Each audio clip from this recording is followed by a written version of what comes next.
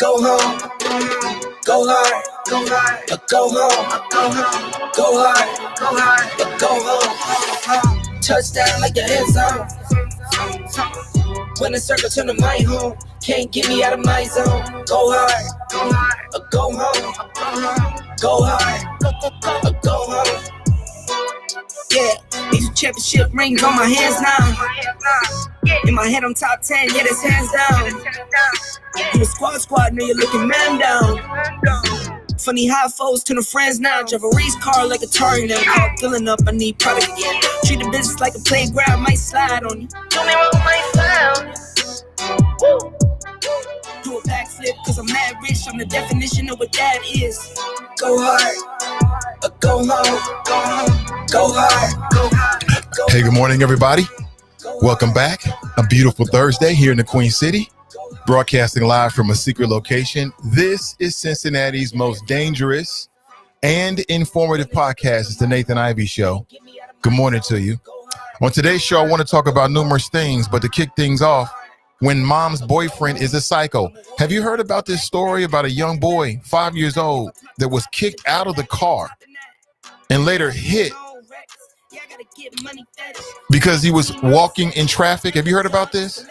But listen, I'm going to give you all the details. Plus, unfortunately, there's a tragic list of these kind of stories. We want to talk about this. And how are children during COVID? What are the numbers? Have the incidences of child abuse gone up during COVID-19 when everybody's tempers are flared, everybody's on the edge? I want to talk about it. Plus, a smattering of other topics related to people, politics, and pleasure. It's the Nathan Ivey Show, brought to you by Sin Digital Media. We'll get started in about 2 minutes. Please take this time to like and share today's show. Again, please like and share today's show. When you share the show, more people see it. Join our mission to amplify Black voices.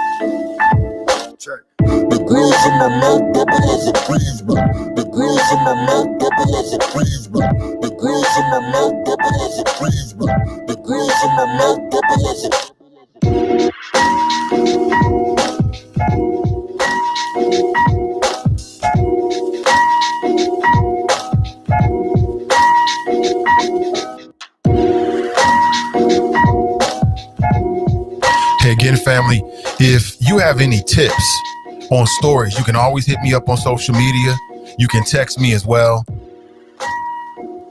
My text information is in today's description on Facebook and on YouTube. If you haven't already done so, please go ahead and subscribe. Wherever you're listening or watching, please subscribe. And please take a moment to like and share today's show. Again, when you share the show, more people see it. We'll get started in 1 minute.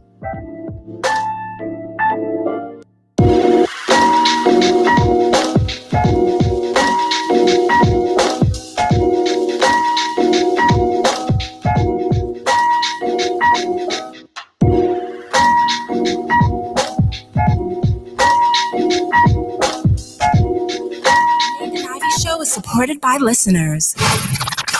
Go to www.patreon.com/Nathan Ivey Show and help Nathan keep the show independent. You're listening to the Nathan Ivey Show. One man, one microphone, one mission. Now let's get back to the flow.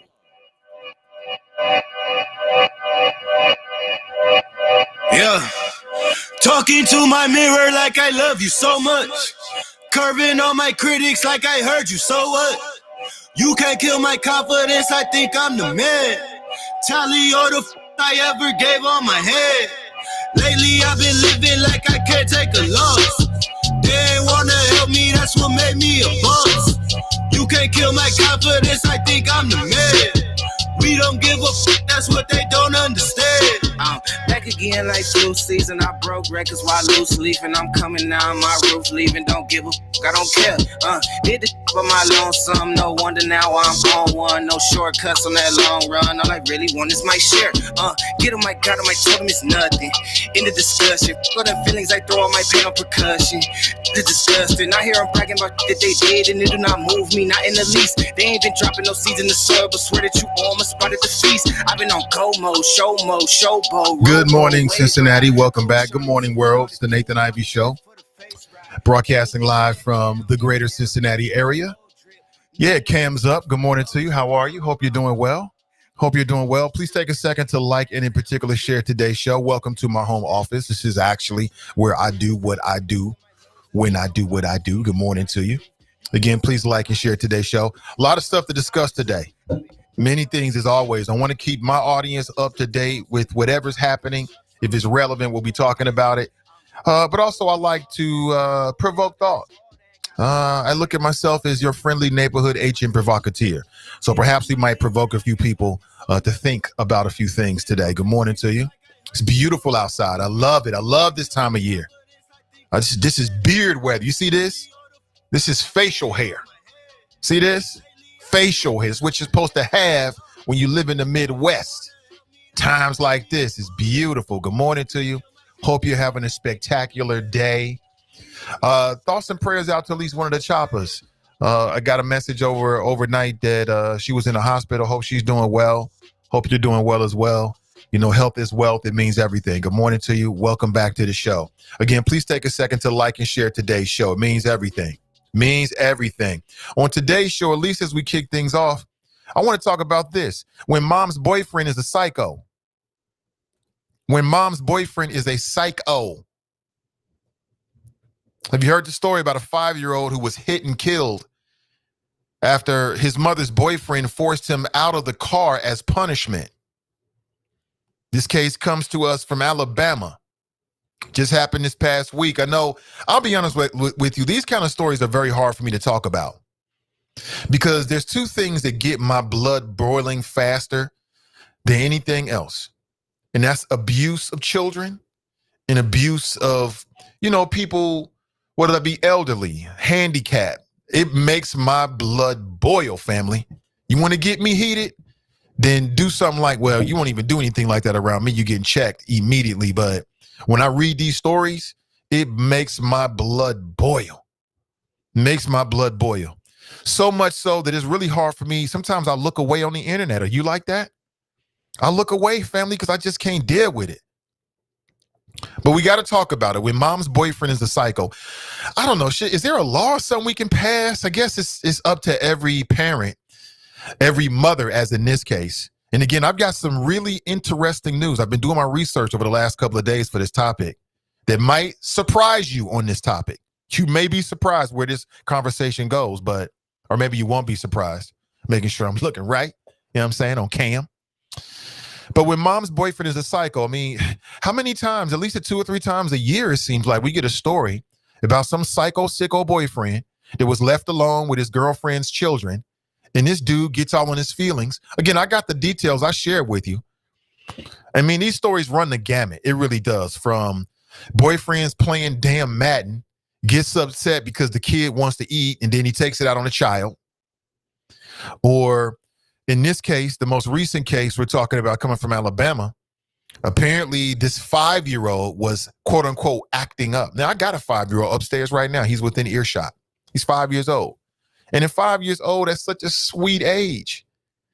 It's a sweet age. It's a double-edged sword when it comes to children, right? Because they can just bring so much to your life. These sweet little faces, they can make you look at life completely differently. They can make you and help you to go through like a childhood again, which is a beautiful thing. But they are also a tremendous responsibility. We do 2 things as human beings with our children that we don't really want to do with anybody.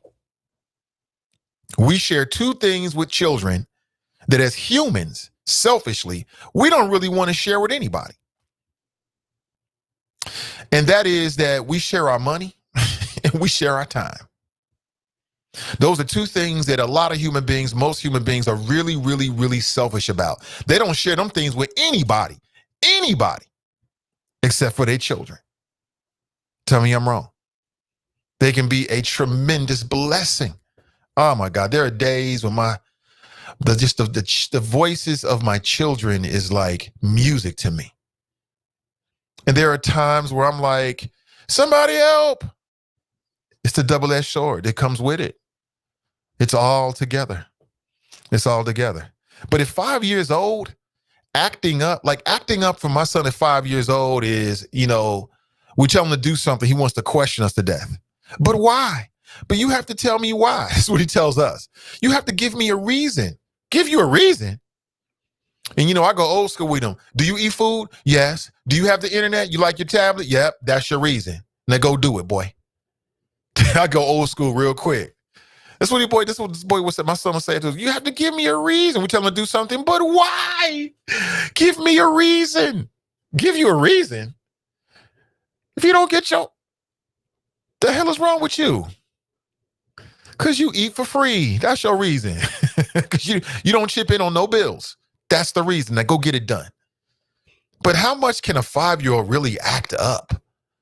They might cry. They might whine. I just don't get it. If you don't know the story, sad and very tragic story. I have to share this with you because through these details is our conversation. But a 5-year-old boy was hit and killed by a car in Alabama this week. And apparently he was forced to exit the car on a busy highway as a punishment for acting up. Guess who did it? Mom's boyfriend. Mom's boyfriend, from what I'm reading, is a member of the military, a sergeant in the military, living with mom.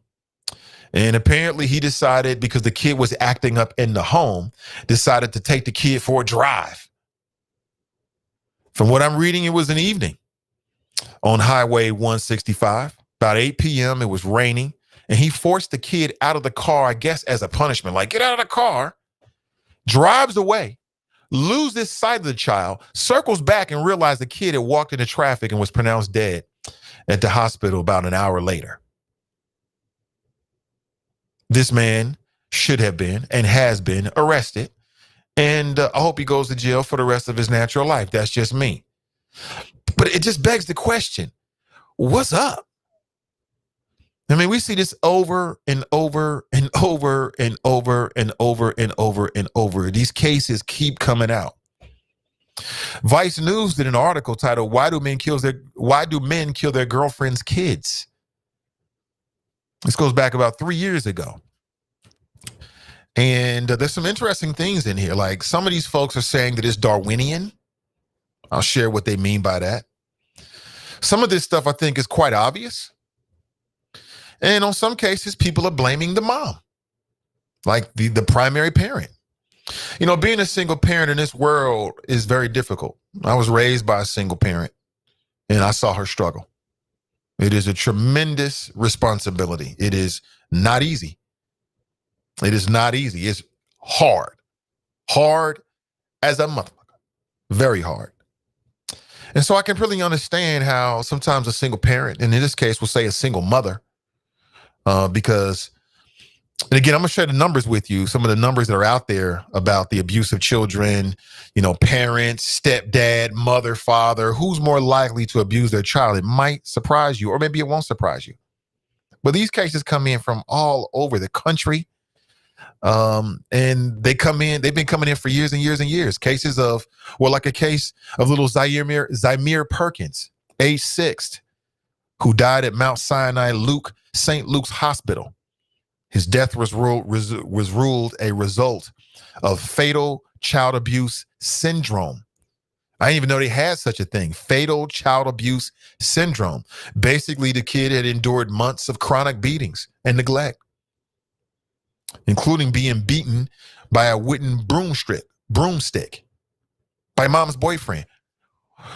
It makes you wonder, why would a woman allow another man to come into their relationship and abuse their child? You can flip it. Why would a man allow a woman to come into their relationship, come into their household and abuse their child? Y'all might remember going back some months ago, we talked about the case of it was a young black girl, right? Remember this? And then mom or dad, biological dad and stepmom were interrogating her in the garage. Remember this? And in this case, it was a flip where the dad was the biological parent and then the woman was the stepmom. And you remember how she was talking all slick and greasy, crazy too? Remember this? Just abusive. And I asked the question then, like, what kind of man would allow a woman to come into your relationship and abuse any child, but your seed, your biological child? I don't get it. I just don't understand it. I got a few questions I want to ask. First is a question to the men, ironically enough. Men, think about this or share if you like to, but I'd like to know this. I'd like to know, have you ever been in a relationship with a single mother? And if you were, did she ever entrust you to watch her child or children? Well, what was that experience like? I thought about this over the last 24 hours because I was preparing for this even before yesterday's show. And searching back through my memory banks, I've been married now for 20 years. So sometimes some of the stuff that happened before that is a little bit fuzzy. But I remember dating a woman who did have children. She had 2 children, 2 young daughters. And I'll be straight honest with you. I mean, no reason to keep it not real with you. You know, as a single man, I wasn't interested in being serious with a woman that had children. Why would I be? I'm not trying to do another man's time. And I just didn't think that I was prepared in any way to take on that type of responsibility. Shout out to the men out there that become stepdads and do it in a positive way. Again, I got nothing but respect for you. That is an awesome, awesome, awesome responsibility. You coming in, you never know how the mom is going to look at you. You might even have children. You're trying to do this Brady Bunch thing. Like they made the Brady Bunch thing like it was all great. But in the real world, it don't always go that way. You don't always go that way. They made the Brady Bunch seem like, hey, we're all just one big happy family. It's the Brady Bunch. In the real world, mofos be having problems and resentments and, you know, on the low cycle, meaning they got some kind of mental health issues that they bring into the relationship that they're hiding. Because people can hide People can hide things for years and years. You'll never know the real thing, the real them. It's true. And I remember there were times when she entrusted me to watch her children. And I remember being scared out of my mind. Like, I don't want to hurt them, you know. I didn't know what to do. And I remember doing it because I felt like at the time, you know, I cared about her. I won't tell maybe she needed some help. You know, you get with somebody. But I'm nobody's, I'm not a babysitter. That's not the way I look at it. But I remember taking it very, very seriously. There was an awesome responsibility. I was very, very sensitive to those children and try to look out to them, you know, try to look out for them, try to just be positive, make sure I protect them. You know, I've always said, you leave me with your kids. If it's me and your kids, it's going to have to be me. The kids go home. The kids will be reunited. You know what I'm saying? I lived a good life. I looked at it that way even when I was, man, I guess I was like 19, 20. But I look at it the same, man. Children, precious. They have to be protected. Don't put yourself in that situation if you ain't ready for it, man. I mean, if you ain't ready for it, just kick it. That's it. You ain't got to be super serious and moving all in. And it just makes you wonder, like, what in the hell is going on? There's even cases I found within the last 24 hours of like stepdad and mom. This case comes from Cleveland. Stepdad and mom get charged with the murder and the death of the biological mom's child. They're both abusing her. I'm like, what the hell? How is this possible? What is going on? Would you be surprised if I told you that studies suggest, and these numbers are as recent as of 2017. And while we're talking about, in the headline of today's cover story is when mom's boyfriend is a psycho. But what I found might shock you.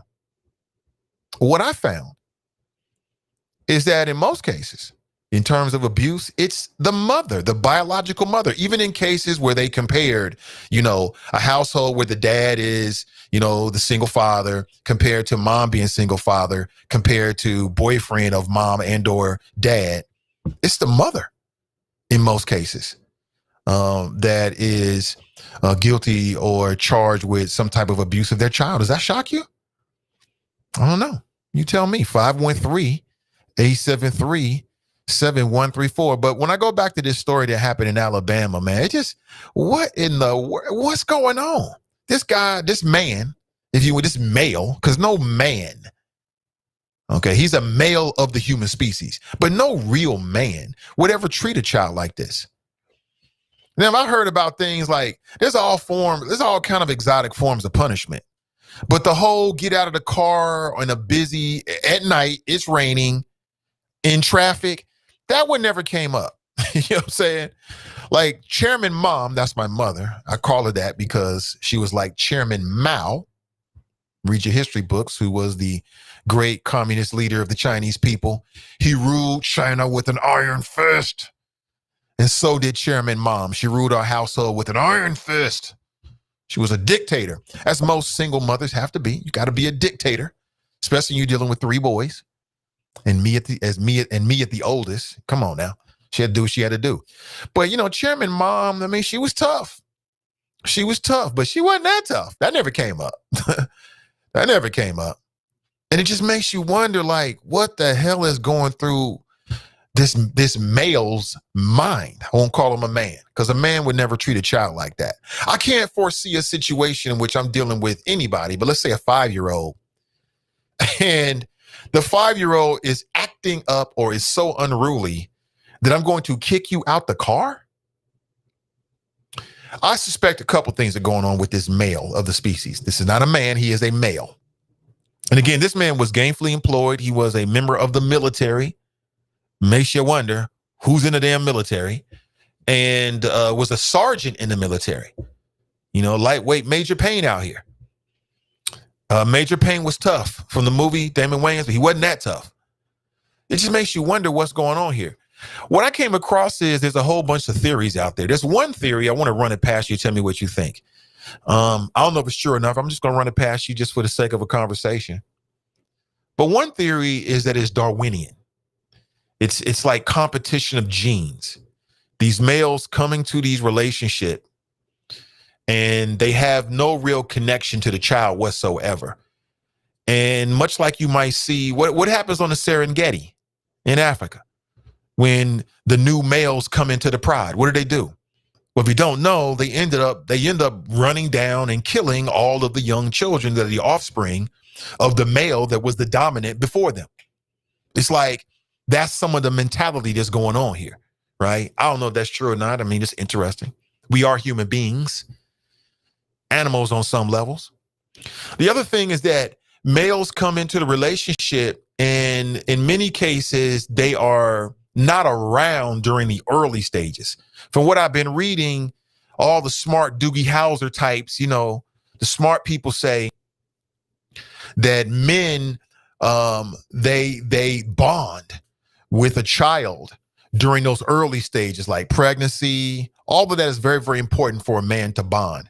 And, you know, having 2 children with my wife, I could say that's true.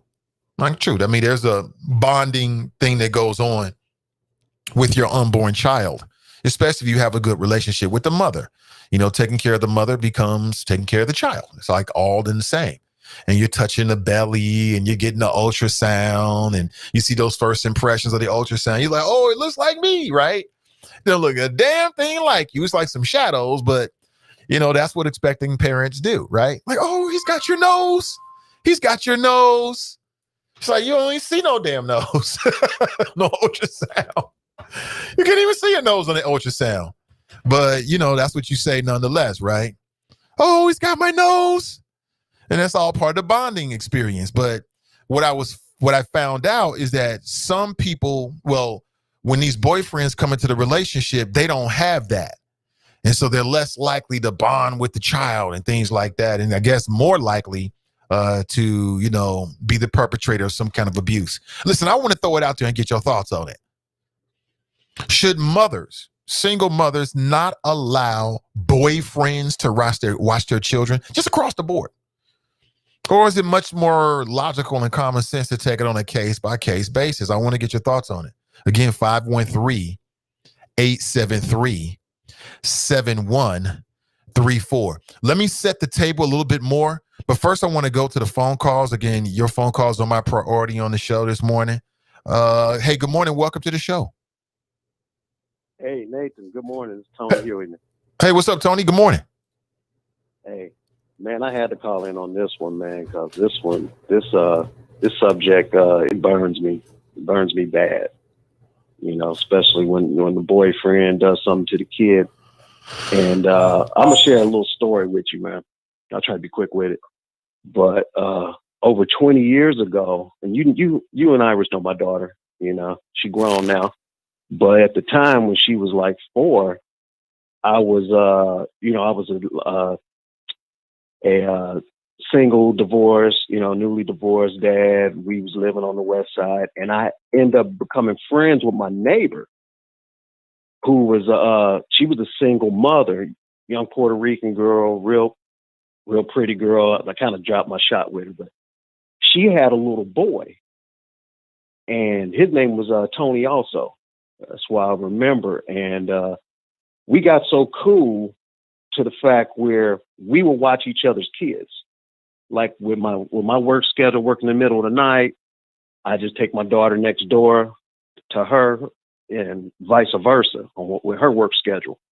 So we became real cool, and our kids were cool and all that kind of stuff.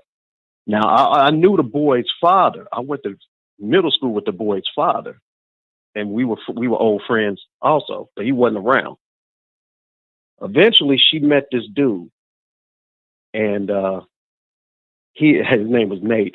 But me and him became cool, and he seemed like a pretty solid guy, and he was over there a lot and end up moving in and stuff. And so I was kicking with him. He was a military guy. I think might have been in reserves or National Guard or something. And I say probably within a year of them being together, I started noticing things, the way he was treating the little boy, the little Tony. And like we would be out at the pool. The apartments we lived on the west side had a pool. We'd be out at the pool with the kids. And I remember little Tony would do something like, what little boys do.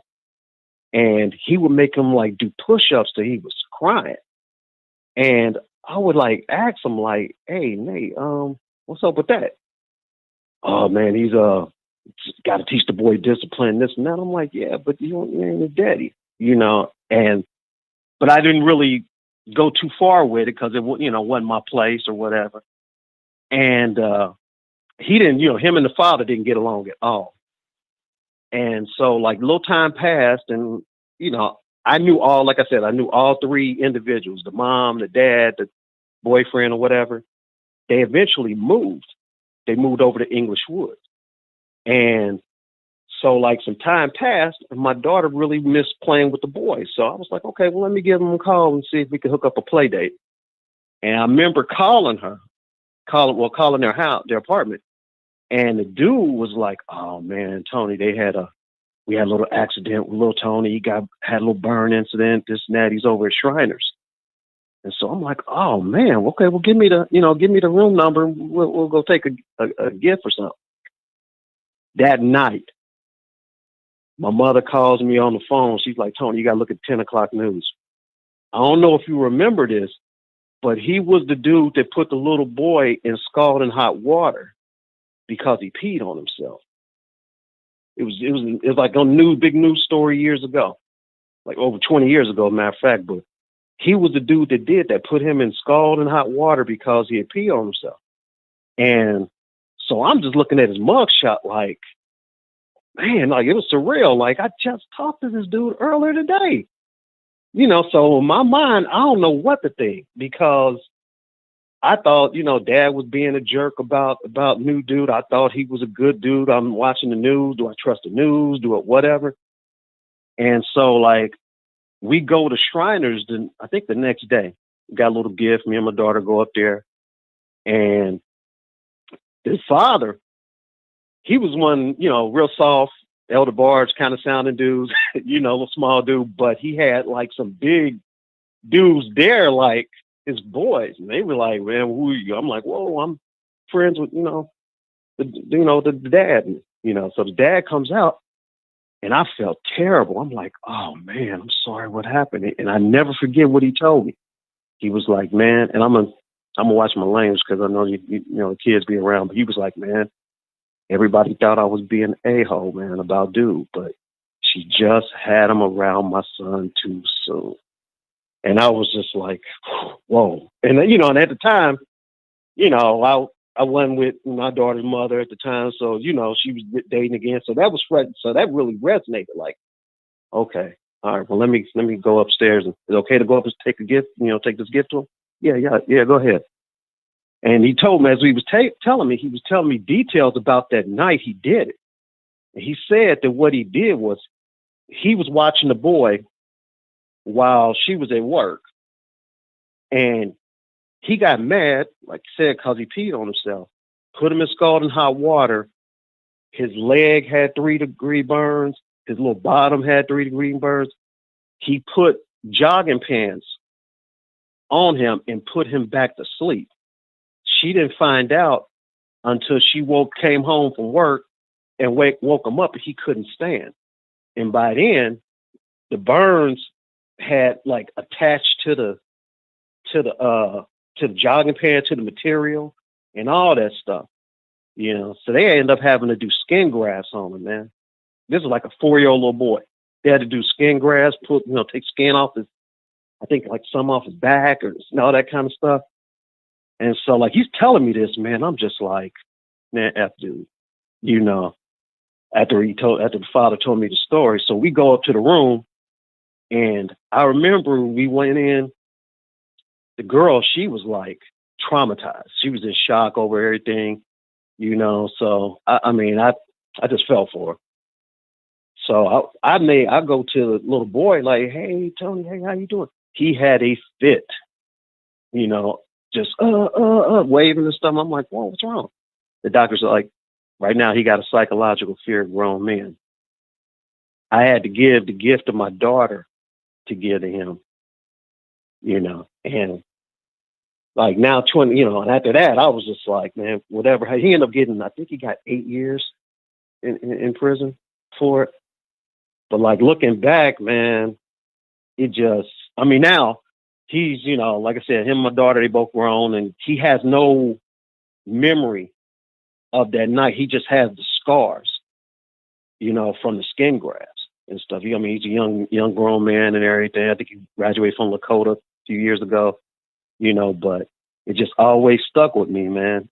And I really couldn't fault her because, he, like I said, he seemed like a cool dude, but it was just like the father said, like, man, everybody thought I was just being that typical jerk or whatever, but I just felt it. And she had him around my son too soon. But, yeah, man, I just wanted to chime in. I don't get on there that much, but, yeah, that kind of stuff, man, it resonates something bad in me, man, when I hear that. Yeah, hey, Tony, thanks for sharing, man. Thanks for sharing that story. Right, it's very interesting. Yeah, appreciate you. Yep, most that's Tony right there. Man, that's chilling. I do vaguely remember that story, not the details. Just so sad, man. These little people, so defenseless. I got no respect for it. Honestly, you said he got 8 years. That ain't enough time. I hope that in those 8 years that the boys on the yard or wherever, they got to him. That's what I hope. Some of that, what they call prison justice, I ain't got no problems with it. And if I see it, I didn't see anything. That's just me. Yeah, in Nathan Ivey's America, you reap what you sow. Period. I'll tell you who I blame. I blame his mother and his biological mother and his biological father, as I do in most of these cases. I don't know, maybe it's I'm getting older or whatever, but I don't really have a lot of tolerance for this BS. I don't have no tolerance for it. I don't have no tolerance for these men that want to have sex with women and bring children to the world, but you don't want to be there. And when you do that, you open the door up for these kind of situations for some step dude to come in. Don't really care about the woman, just like you didn't really care about her, and don't really care about your child. When I read the story about this young boy in Alabama, and let me show you the image right here, this knucklehead. Let me show you the image right here, this fool down in Alabama, who I guess he called himself lightweight military style training the boy. 5-year-old boys in the backseat of the car acting up. Like, how much can a 5-year-old really act up? I got a 5-year-old. Yeah, they can be a handful, but act up to the point where you're going to do something physical or put them in extreme harm? Nah, I can't even conceive it. It's inconceivable to me. I can't think of a scenario in which I would react that way to a 5-year-old, to anybody's 5-year-old. Now, if it's a spawn of Satan, like on some Damien 666, like you got 666, like right here in the back of your skull, I'm gonna call whoever. I'm gonna call Ghostbusters. But other than that, I don't see it happening. I can't see it. Let me put this image up here so you can see this sack of human feces, in my opinion. This is just me. You might feel different, like, oh, Nate, show some compassion. I know we got the compassion police out there. Show some compassion, Nate. I'll let you do that. Look at this fool right here. That's him. Boy killed by vehicle on highway after soldier forces him to exit the car. This is a soldier. This man is supposed to be protecting us or doing whatever they do in the military. Shout out to the veterans. What a disgrace of any uniform. A disgrace. If in fact these charges are true, because you're innocent until proven guilty in this country, but if in fact these charges are true, I hope they get to his ass in prison and do the same thing to him, whatever that might be. I ain't got no tears for you. I blame the mom. And I blame the father. The first thing I think is, when I see these kind of stories as a man, as a father, is, where's dad? That's the first thing that jumps into my mind. Like, where is dad? And again, I'm not trying to get on no soapbox because I'm far from perfect. I'm just saying, generally speaking, if we're going to have this conversation, this is my opinion about it. I look at the men and I'm like, I look at the adults, should I say, the mother and the father and the mother. That's who I blame. I don't blame the 5-year-old. I blame his mom for allowing this psycho sicko to be in the house. See, that's the thing about being a parent. When you become a parent, you give up being an adult.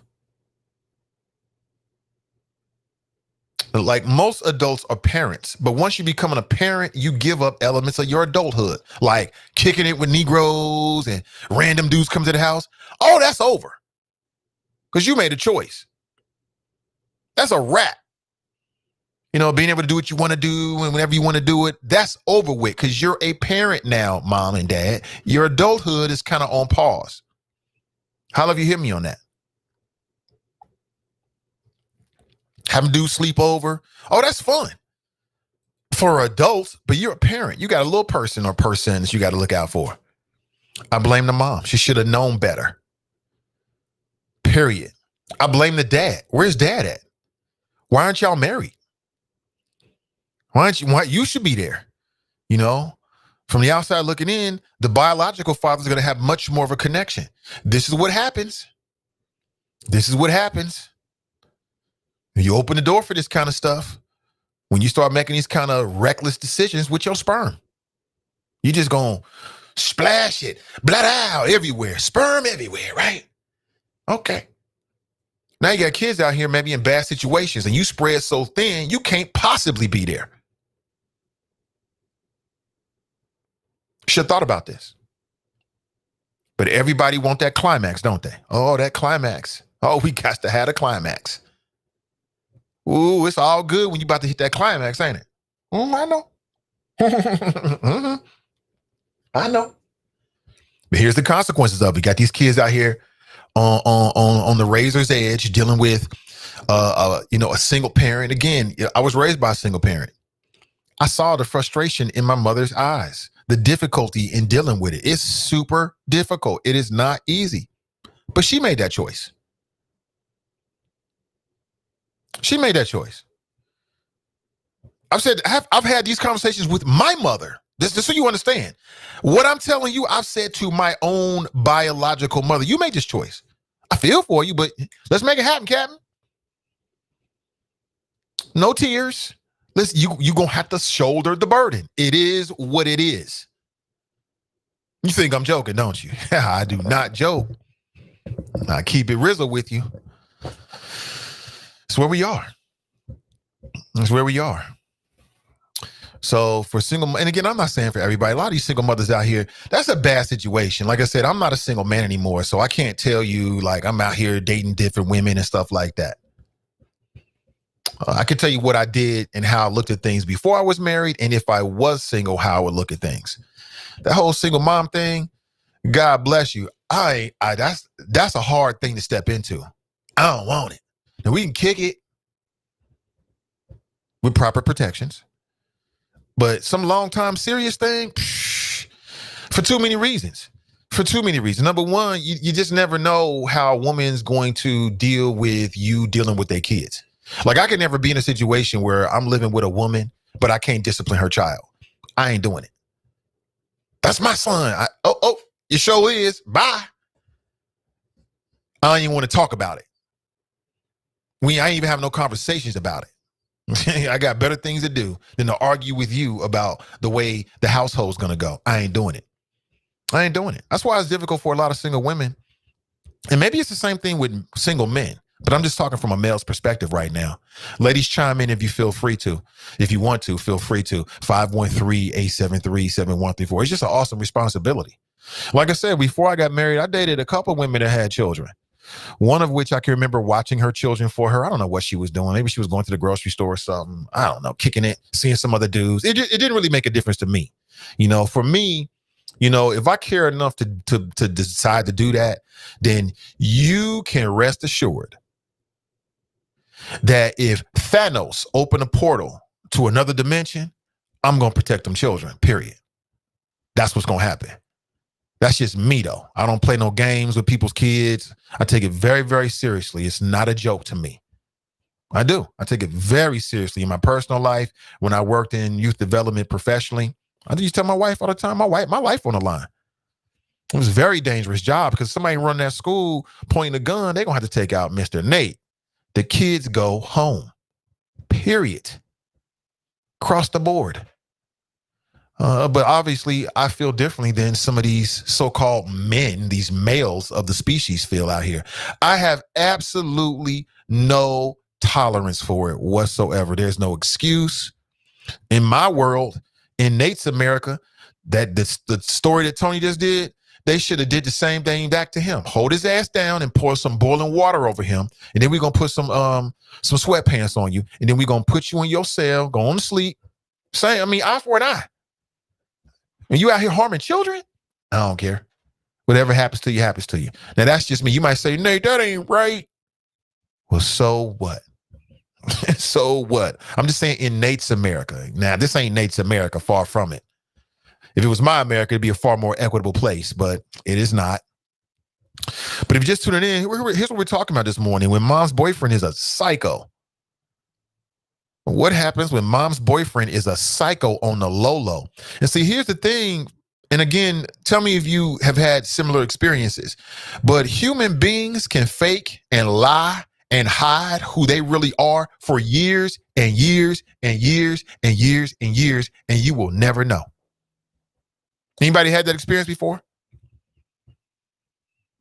Human beings can fake and lie, put up fronts. You have no idea who they really are. That's just human beings. That's why I tell people, as a man who's been married for 20 years, don't be running into no shotgun marriages. You don't know what you're getting. You can do it if you want to. It might work out, but give yourself some time. Minimum 3 years dating. Minimum. Before you even consider popping the question. Unless they're like some kind of I don't know, somebody's got terminal cancer or something like that. Other than that, minimum 3 years dating. And that's just dating. And why do I say that? Because people can fake the funk. I'm telling you, that defense mechanism, the shields, they can put that up for years and years and years. You don't know who they really are. You need 2 or 3 Christmases and birthdays. You need some time to let time show you who people really are. That's just my theory. Now, are there people out there that meet in 2 or 3 days and they're together for the rest of their life and it's perfect? Sure there are. There's an exception to every rule, but it's still the rule. It's still the rule. It's still the rule. What do you think, family? 513-873-7134. I don't know. I'm not a single parent. If I was a single parent, I got a 5-year-old. Ain't no women coming around me like that. To the point where you meet let's say me and the wifey divorce. Now I'm like a divorced man. I got a 5-year-old in the household. I got a 15-year-old in the household. We can kick it. We can have a hella fun together. It don't mean you coming to my house. It don't mean I'm introducing you to the kids. That's something completely different. Knock it off. You can get to know me real well. We can be friends. Real cool. I can go to your house. Let's say you don't have children. I come to your house. Cool. My house? Oh, hell no. I got kids over here. And I could think the world of you. You could be my number one. It don't mean I'm introducing you to my children. Are you nuts? You don't get that privilege. I don't know you like that. You're not coming to Thanksgiving. No. Oh, no. Oh, no. Oh, no. I might send you a plate. You ain't coming to Thanksgiving because that's for the family. You're my friend on the side. Friends, family. It's a distinction. But I get it, man. You know, sometimes these single mothers, they get lonely. I'm lonely.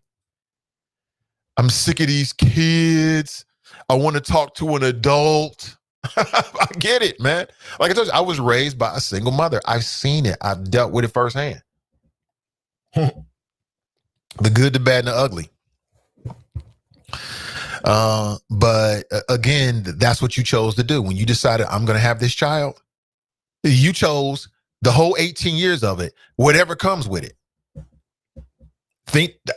You better think about it. Think it all the way through. Think about what you are sacrificing, what you're gaining. Think about whether it's worth it or not. And again, to these men, man, I mean, as a male of the species, as a man, heterosexual man, I get it. You know, you like the ill nana. Who don't like ill nana? We all like ill nana. I get it. But at some point, you know, those choices that we make in terms of our reproductive abilities will come back to bite you in the you know what? You have a lasting impact on your children who you may not be in the house with. I don't have no tolerance for. I'm going to tell my son the same thing I'm telling you. Son, I get it. I get it. The climax. The climax. It's a beautiful thing. One of God's best creations. That, twerking, and yoga pants. Some of God's best creations. Some of God's best creations, right? Nike Air Max. Some of God's best creations. I get it. But son, you better think this all the way through. Because there's consequences to your reproductive decisions. Major consequences. I just don't mean, okay, they're taking money out your check every month. I'm talking about you're bringing a human to this world. Are you prepared to be there?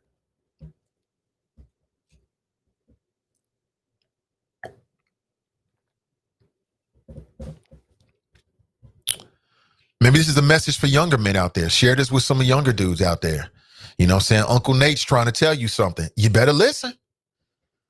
Trying to share you. I'm trying to share with you. If you don't listen to your dad and your father, you don't have a father or dad, Uncle Nate is here every morning to try to share this gospel with you. We got to make better decisions as men. I blame the boy's father. When I read about these scenarios, I blame the men. And that's just me. I blame the men first. I blame the mother and I blame the father. I blame whoever was in the house and whatever parent was outside the house because y'all created this person. And if you had did it right, whatever that is, maybe that y'all get married or give it a shot or, hey, maybe we shouldn't have sex. How about that one? I know that's like, oh, yeah. I mean, not all, just like, you ever heard the phrase, not all money is good money? Not all ill nana is good ill nana, even though it might feel good.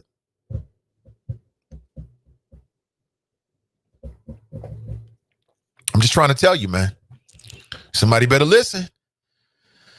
I'm going to reach one person this morning. I can feel it. I can feel it. Put your hands on your cell phone. Put your hands on your phones this morning. And just think about what I'm saying. I'm trying to share something with the folks out there. I mean, to older men around my age, you're in your 40s, your late 40s, you already got this, B. You already got this. To Generation Z, you might want to listen.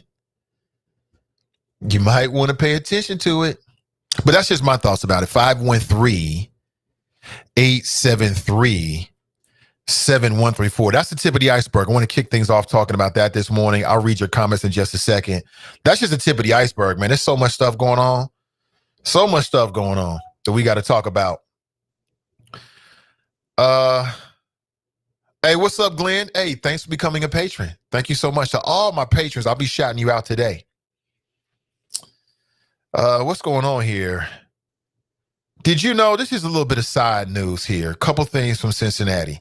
Did you know that Cincinnati is one of the worst cities in America for stolen packages and so-called porch pirates during COVID-19? Apparently, this was determined by something called by Google searches. You know, these websites are always doing things that attract and get clicks. So apparently they did a search on Google of the cities that searched the phrase stolen packages, and Cincinnati was number 10.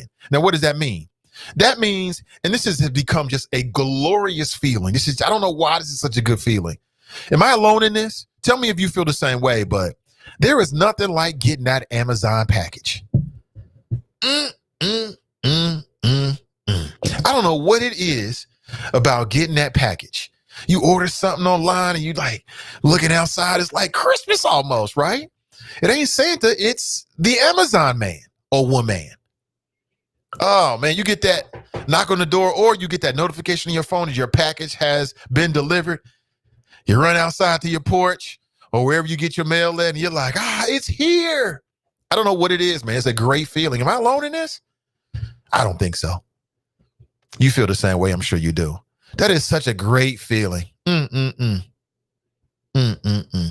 whenever I'm like purchasing equipment for the show or for CDM, oh man, I'm like a kid in a candy store waiting for it to come. You get that box, it's got your name on it.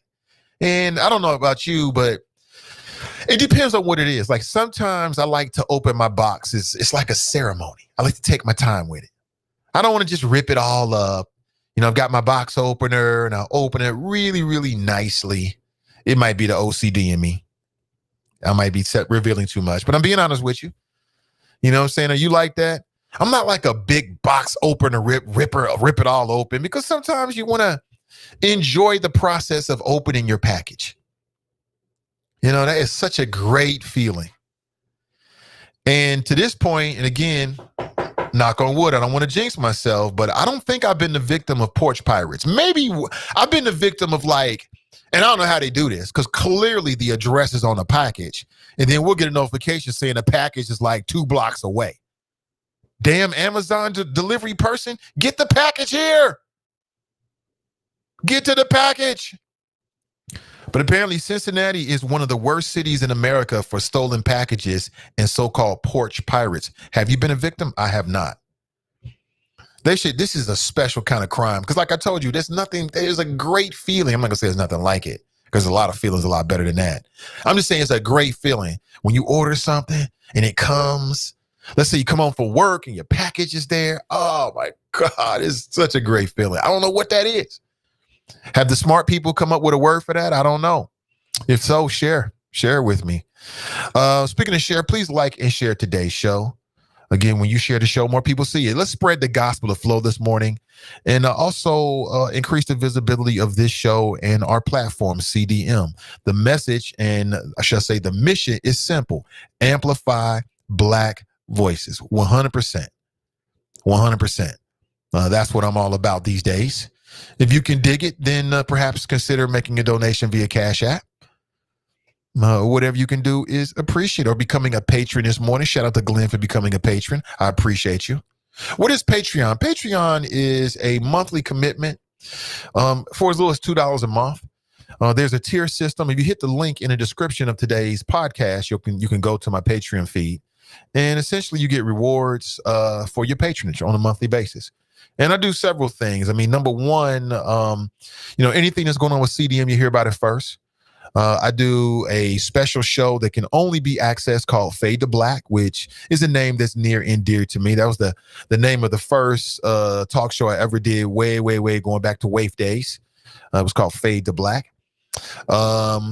What else? You also get a subscription to the monthly newsletter of the Podcast Collective, where you get insights as to what's going on in the world of podcasting, digital media, especially as it relates to what we're doing, Black folks are doing. That's pretty much my focus. And also what we're doing with CDM, that's in digital media as well. Prizes, merch, as well as updates They come in a variety of ways. It could be what's called a video. They call it a focus. I'm sorry, they call it a lens on Patreon. It'll go up. It's almost kind of like some of those Instagram videos where it's up for 24 hours and you can't get access to it. So if you are a patron already or consider doing it, I think the best way to experience being a patron is to download the app to your phone. That way you'll get a push notification whenever I post anything. So if that sounds like something you might be interested in, you can just hit the link in the description box and, do whatever you feel. Do whatever you feel. Also, like and sharing the show is a major way of helping the platform. It is major. Super, super. And also subscribe to the video feed on Facebook as well. That way, whenever I go live or Midday Juice goes live or the Is It Just Me podcast or Valet Service or the Truth to Power podcast. Speaking of which, I think it's now more widely announced that Joe Mallory is going to be the new president of the Cincinnati NAACP. TNT is going to be the first vice president or the first president. Great people. I think the Cincinnati NAACP is in good hands. They are in good hands, leading us into the future. So it'll be very interesting to see what they do. I'm expecting big things as they continue to fight for equity policy intangibles for African Americans. That's essentially what they do, in my opinion. But shout out to Joe Mallory and TNT. Again, if you watch the Truth to Power podcast, you're already hip to it. Good morning to you. Now let me go straight into the chop shop. Gotta say what's up to the choppers this morning. Tony Rice, good morning. We heard from Tony. Miss D Rice, greetings. Tracy Rice, hi. How you doing, Tracy? Hope you're doing well. Ray Rice, grand risings all. Sharp Rice, good morning, Nate and the choppers. Crystal Rice, good morning. Brenda Rice, happy Thursday. Ashley Rice, good morning, Nathan and the choppers. Crystal Rice, it's the intro music for me too. Pumps me up. Talking to my mirror like I love you so much. I mean, if you don't love yourself, then can you expect other people to love you? Don't love it. DB Cooper writes, 1/3 of the triumvirate of immovable objects and unstoppable forces is here to regulate. Homage must be paid. He's talking like he's Odin. Cassandra writes, hey, choppers. Hey, good morning to you, Cassandra. She writes, it works both ways, Nate. Sometimes dad's girlfriends be crazy too. I can't stand a jealous, insecure girlfriend or boyfriend.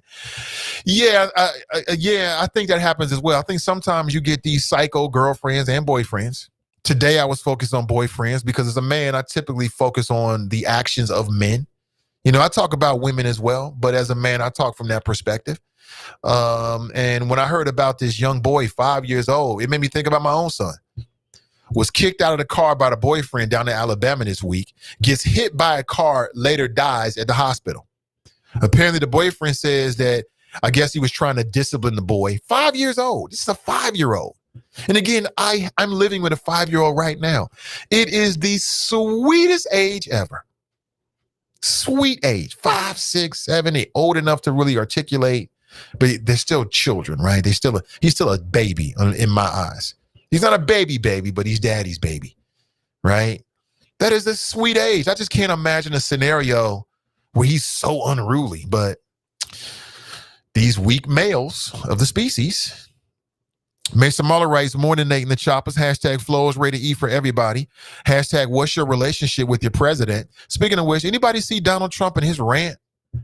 Donald Trump is still ranting about the election. Let it go. Let it go. Drop. Only reason why I focus on you, bro, is because you were stumping so hard for Trump. So now that he's acting like a 10-carat buffoon, running around here lying about the election, here's what people are missing that we need to say about Donald Trump, is that if he could, he would have stolen this election. Think about that. Like, I don't hear enough of this being said in the media. It needs to be put out there. Just real quick. I'm not saying that we got to have some long conversation about it, but, we can call him a buffoon or whatever. But if Donald Trump could have stolen the election, just like, hey, I know I lost, but I'm going to win anyway, he would have done it. And not only would he have done it, but he would have had elected officials and perhaps millions of Americans who would have went along with it. That's scary as a fucker. We are truly living in the last days. We are living in the last days. So it's real easy to pass off and pawn off Donald Trump as a caricature and a clown and a buffoon. But if this man could have done it, he would have stolen the election in modern day times right in front of us. Like, damn your democracy. People should think about that. And you got some of these Republican elected officials that would have went along with it. I'll leave it right there and we'll go to the phones. Hey, good morning. Welcome to the show. Hey, Nathan, it's Tracy. How are you? I'm doing great. How are you? How you doing? Oh, Nathan, I just want to share my little bit of the story with your listeners. So I thought about you last night because I kept having these chest pains, right? And I tried to, and it had been going on for 2 days. But I suffer with acid reflux. And sometimes you can't tell the difference, like if you're having a heart attack or if it's just a really bad case of acid reflux. So this time I said, I'm going to just go to the hospital. And I'm telling you, hours passed and I was like, I'm going to just get my ass up and go. Because I just didn't want to go to the hospital. And I get there and I'm looking around, and if this doesn't scare people who don't think or toy with the idea of Corona is a hoax, just go sit in the hospital lobby for about 2 or 3 hours. As soon as I walked in, I looked at the lady at the registration desk and I said, "You all are full, aren't you?" And she said, "We don't have any beds in the ER at all, and we don't have any beds upstairs." I was like, okay, so I'm not going to get a room. And I told her what my symptoms were. And I told her, I said, maybe I'll just go somewhere else. She said, it's not going to be any better anywhere else. All hospitals are full. So I'm just sort of like looking around over my shoulder. And long story short, I decided to stay. After about hour 2, I was like, I got to go. So I went up, and I hadn't been, well, I'm not going to say I hadn't been seen. They triaged me. So they gave me an EKG. They took me across the hall. They did blood work. They want to do all this stuff up front. So by the time you get back to your room 2 days later, they have all of your results. So I'm in this room before I decided I'm going to leave. Everybody is coughing. I mean, it was just like I was in zombie town. Like everybody in there, it was safe to say they had some form of corona, the flu or whatever. And everybody's sitting in there in a mask, but these people are like sick, like really sick. And going to the hospital, nobody can stay with you. You have to get dropped off. Nobody's sitting there with you, no family, no friends, because they're trying to control the population in there. So they wouldn't let me leave. Oh, we can go get the doctor now. And the doctor talked to me. No, we need to run more tests. Long story short, I got there at 7. I was discharged at 12. And because I wouldn't stay in the hospital, they discharged me against the doctor's orders. I had to sign the form. But I kept telling them, I can't, if I stay here, I'm going to be sick. I'm going to get something up. I mean, you could just feel it in the air. So again, if you think this virus isn't real, just go sit or stand in the doorway of an ER room and just be an observer. It was just very, very scary, more scarier than any symptoms that I walked in there with last night. I still feel a little bit under the weather. You know, when I went on, not under the weather because that makes me sound like I have a cold. I don't feel well. My blood pressure when I walked in was 189 over 108 or 180 over 108. When I left, it was higher than that. I'm on medication, but I just had to make a decision in that moment. Do I stay with folks in here that clearly have corona, or do I just go follow up with my primary care doctor? And that's what I chose to do. You know, I have a cancer survivor in my house, so I just didn't want to risk it. But I just wanted to tell everybody today, you know, just be mindful. Wash your hands, wear your mask, and don't take this as a joke. And I'm not saying that any of your callers do, but I do have some friends. You know, we all have friends in common, and we scroll up and down our timeline, and they just out kicking it and having a good time. No mask, selfies next to each other, faces pressed all up against each other. It don't get real until you sit in that ER and you look at everybody that's really, really sick. It could be you. So I just wanted to share that this morning. I'm glad you did. But again, Tracy, how you feel right now? Still having chest pains? No, actually, I'm not having chest pains, but I do have a slight headache. I immediately got up this morning and took my blood pressure medication. Oh, and last night when I came home, I just took like a 40-minute shower. I just felt so nasty, just like, and I'm sitting there laughing in my head because I'm like, yeah, Nathan is the big germaphobe. But every time somebody came in here and touched on my arm, and when they were trying to give blood, or not give blood, but get blood and put an IV in so they could do contrast to do some kind of chest scan, they could not find my veins. My veins are very small, so they blew 3 veins. So this morning I am in pain because of those veins that they blew in my arms. But yeah, I don't have any chest pain right now. I just have a slight headache, and I'm just trying to be still and be quiet today. Well, I wish you the best. I wish you the best. All right. Yeah, Thank most you so definitely. much. That's Tracy. Well, I mean, I think you did the right thing. I mean, going to the hospital. All I can do is share my symptoms. My symptoms was just the weirdest pain. I never felt it like that. It wasn't what I thought would be a heart attack. You think of a heart attack like some shooting pain and then you lose consciousness, right? That's what it's like in the movies. Like people like fall to the ground, and maybe it is like that for some people. It could be like that for me in the future if I have a future heart attack, which I'm trying real hard to make sure that doesn't happen.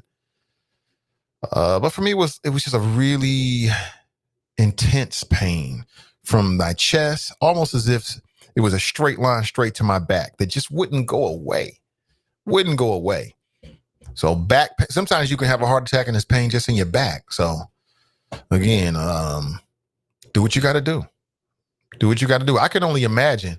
So I was there in February. That was like right before COVID. So there were COVID patients there and they had it like separated. Like I told you, I got some OCD in me. So the difference between the way that I interact with the world with my OCD is that now I wear a mask. I probably wash my hands even more. I'm probably even more careful, but in terms of like being careful about what I touch and carrying disinfectant wipes and then like going to deal with medical professionals and making sure they wash their hands, like I'm that dude. Like nurse walks in the room and she don't wash her hands in front of me, I'll say something to her. And I'm glad to say that 99.9% of the time, no one's ever had an issue. The only issue I've ever had, and get this, was with a black woman. And that was at my regular physician's office, the phlebotomist. She got all in her feelings because I asked her, was the place clean? Well, first I told her, I said, listen, I'm not trying to be disrespectful. I feel some kind of way about these skinny things. I kind of got a little OCD, And at first she was kind of, cool with it. But as I went back, I could tell that she was kind of losing her patience with me or whatever, which I couldn't understand. I'm the patient. And so we had words about it. We were at odds. It was a friction there, which I couldn't understand, like be a professional. But I'm that dude. Like nurse walks in, doctors walk in. You can't touch me if you ain't washed your hands in front of me. Oh, I just washed my hands before. You got to say something. You just going to walk in here touching on me and you want to, it ain't happening. It's not going to happen. Okay. I question people about whether they got clean needles and stuff. And again, it's just a question.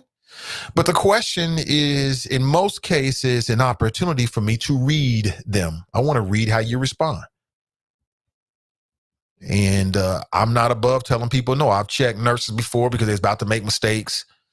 One nurse was about to do something dumb with, injecting me with something. Oh, I'm glad you said something.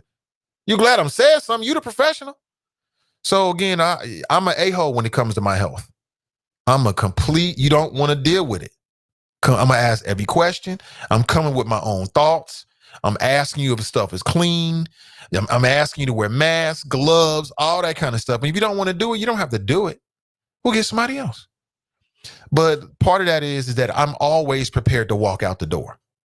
In any scenario, in any establishment, I'm this close to walking out the door. I'm never that hungry. I'm really never that sick. Unless I'm just like having a heart attack. But even then, I remember questions as they was wheeling me in. I'm like trying to read them and asking them questions about this. That's just who I am now.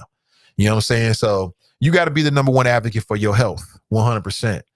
And can that stop anything? I mean, something's going to happen, but at least say something. Let's go to the phones. Good morning. Welcome to the show.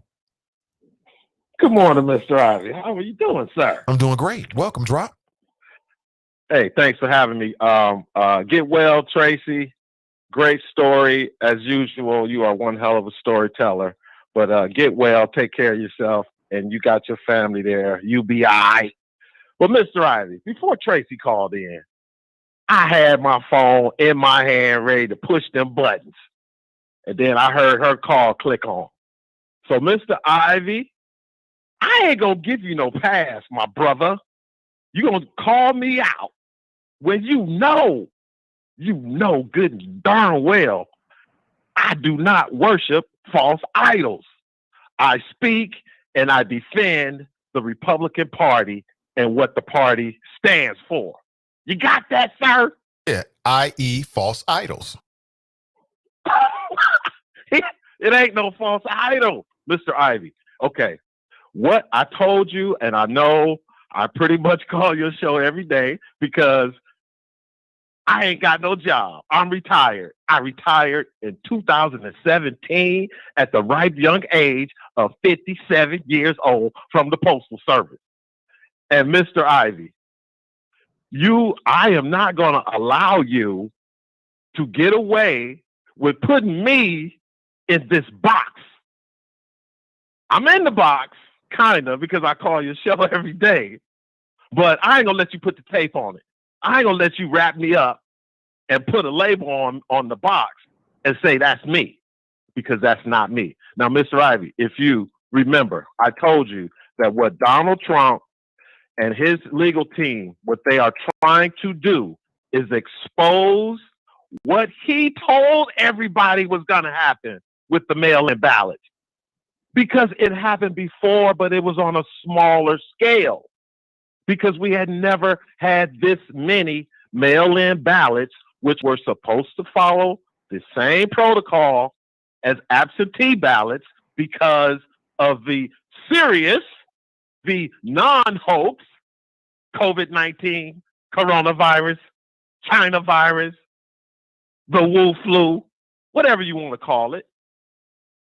They changed these rules, Mr. Ivy, and it violated the Constitution. So all Donald Trump is doing, he's already basically conceded. They know it. He said it last week when he was sitting at that little mini table. I don't know where he was at in the White House, but it was a real tiny table.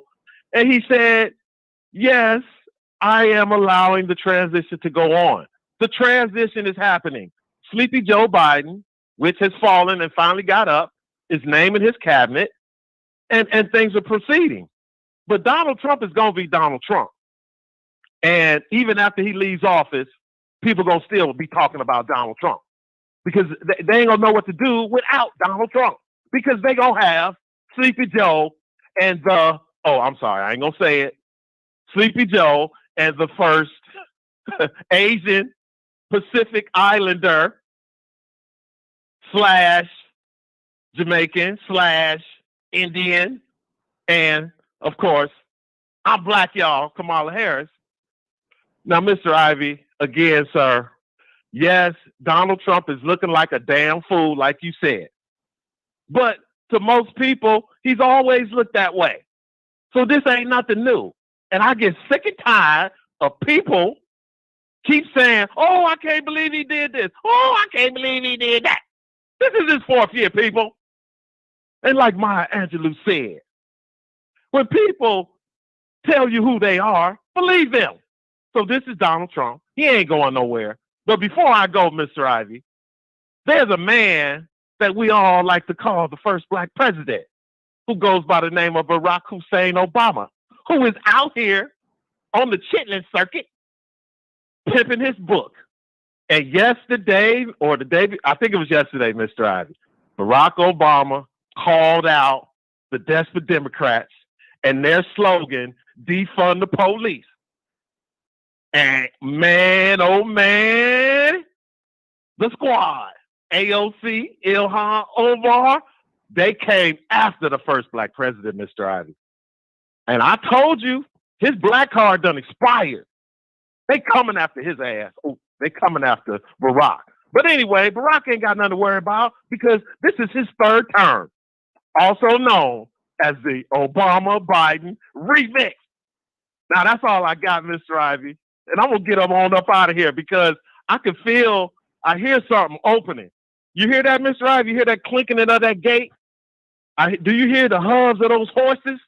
Because it sounds like the overseer is coming. Drop Squad 52. Dropping science to anybody who wants to catch it. I can't wait for Sleepy Joe and the 46th presidency of the United States. Because it ain't how you start. It's how you finish. Peace. Appreciate the call. No science at all. Like, even in that call, you're still defending this nonsense from Trump. If you don't know it, Trump released a 45-minute rant yesterday on social media via YouTube and Facebook, in which he was basically whining and complaining and crying about how the election was stolen. Now, why has Trump been doing this? Does he really believe that the election was stolen? He might. Now, you might be asking, like, how could Trump possibly believe that the election was stolen when even Republicans, because the states are in charge of the way that the elections are rolled out and done, right? And in many of these states that Joe Biden won, Republicans, like Georgia, are controlling how the elections are executed. And I think that Mary Trump, Donald Trump's niece, who's out in the media, she's got the best handle on this. She says that Donald Trump basically can't stand losing. And he goes back to his relationship with his father. Like, you got to go on YouTube and look at some of her interviews. I think she got the best handle on this. She says that Trump is not going to go away. But Trump isn't doing this because he really believes he lost the election. He's doing this because this is a way to make money.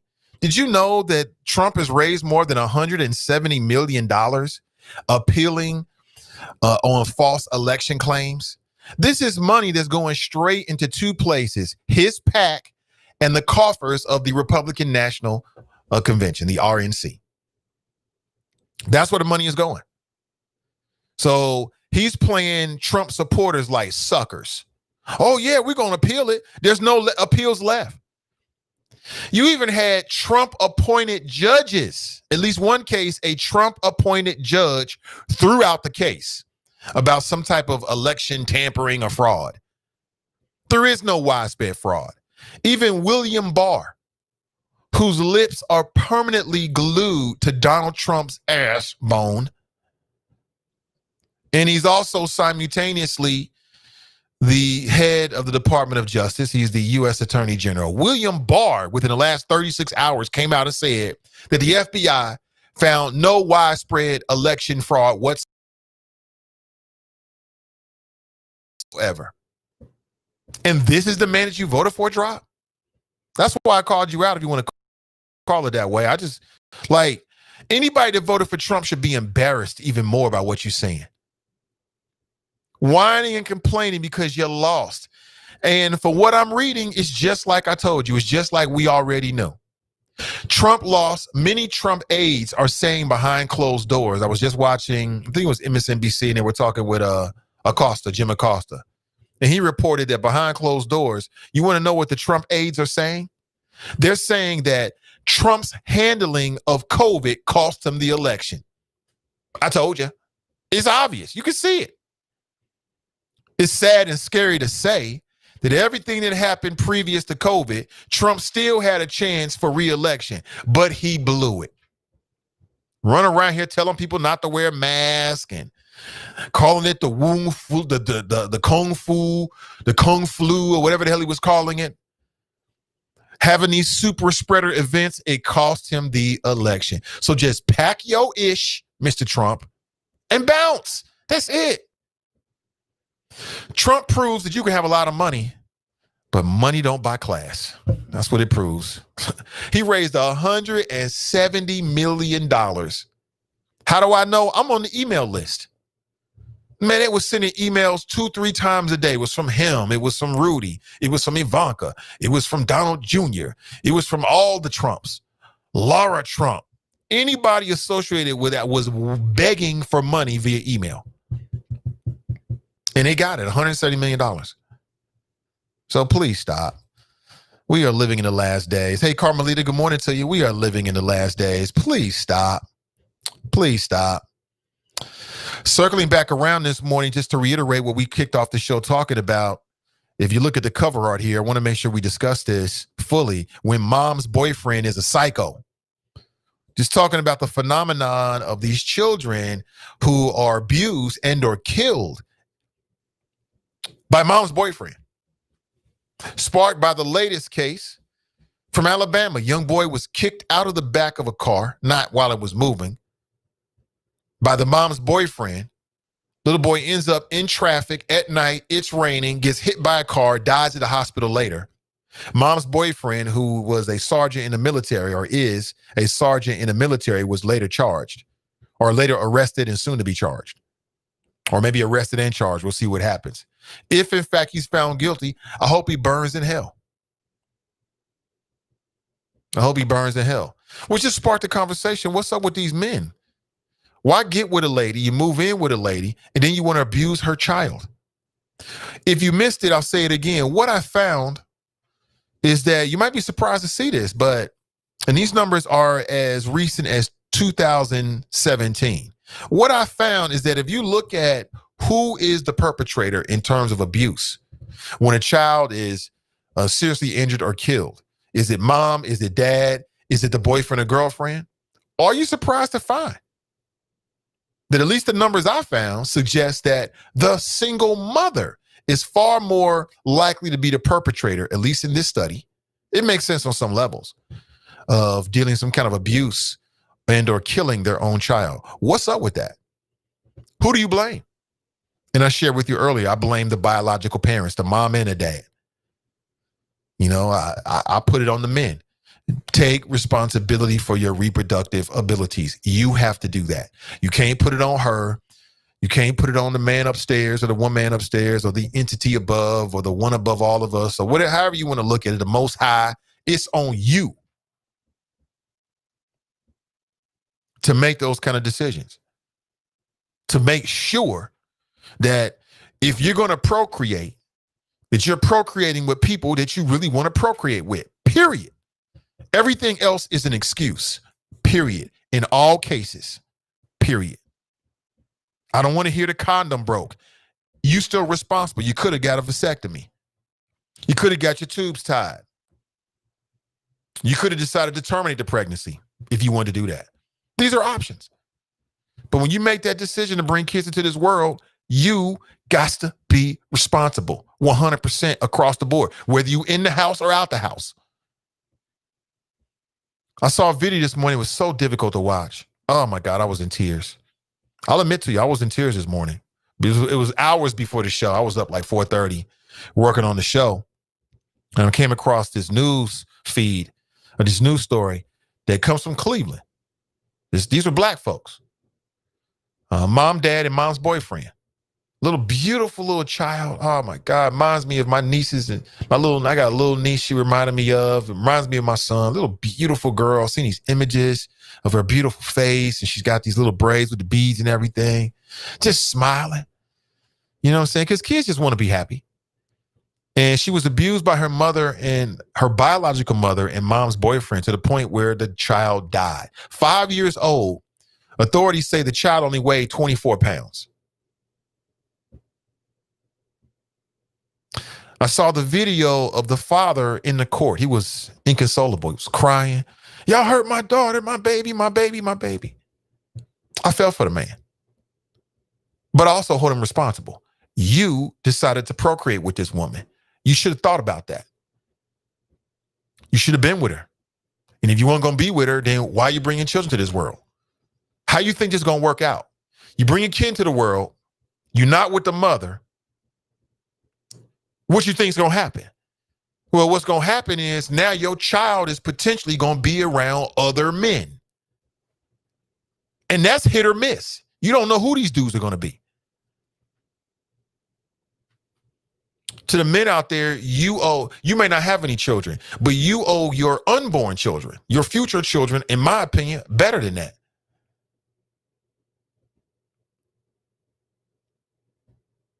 You know you don't want to be with, you know you're just trying to hit it. Get a vasectomy. Wear 2 condoms. Or, and again, this is going to be blasphemous, Don't hit it. How about that? Real simple.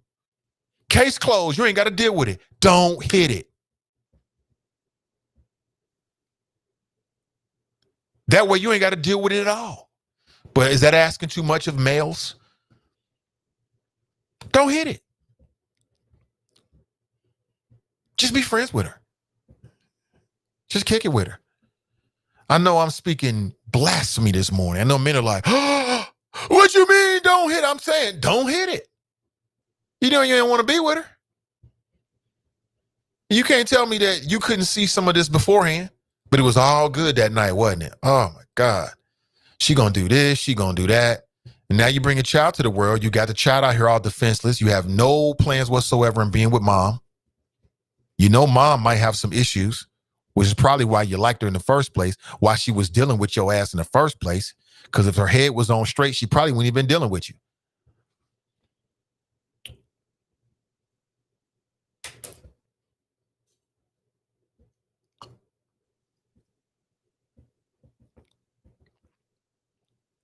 Oh, you was the Mac that night. You was the man.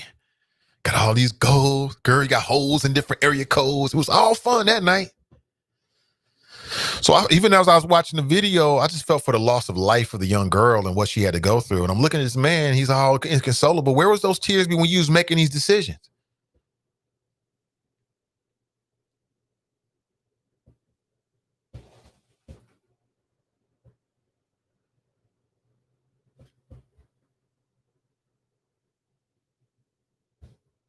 I'm just saying.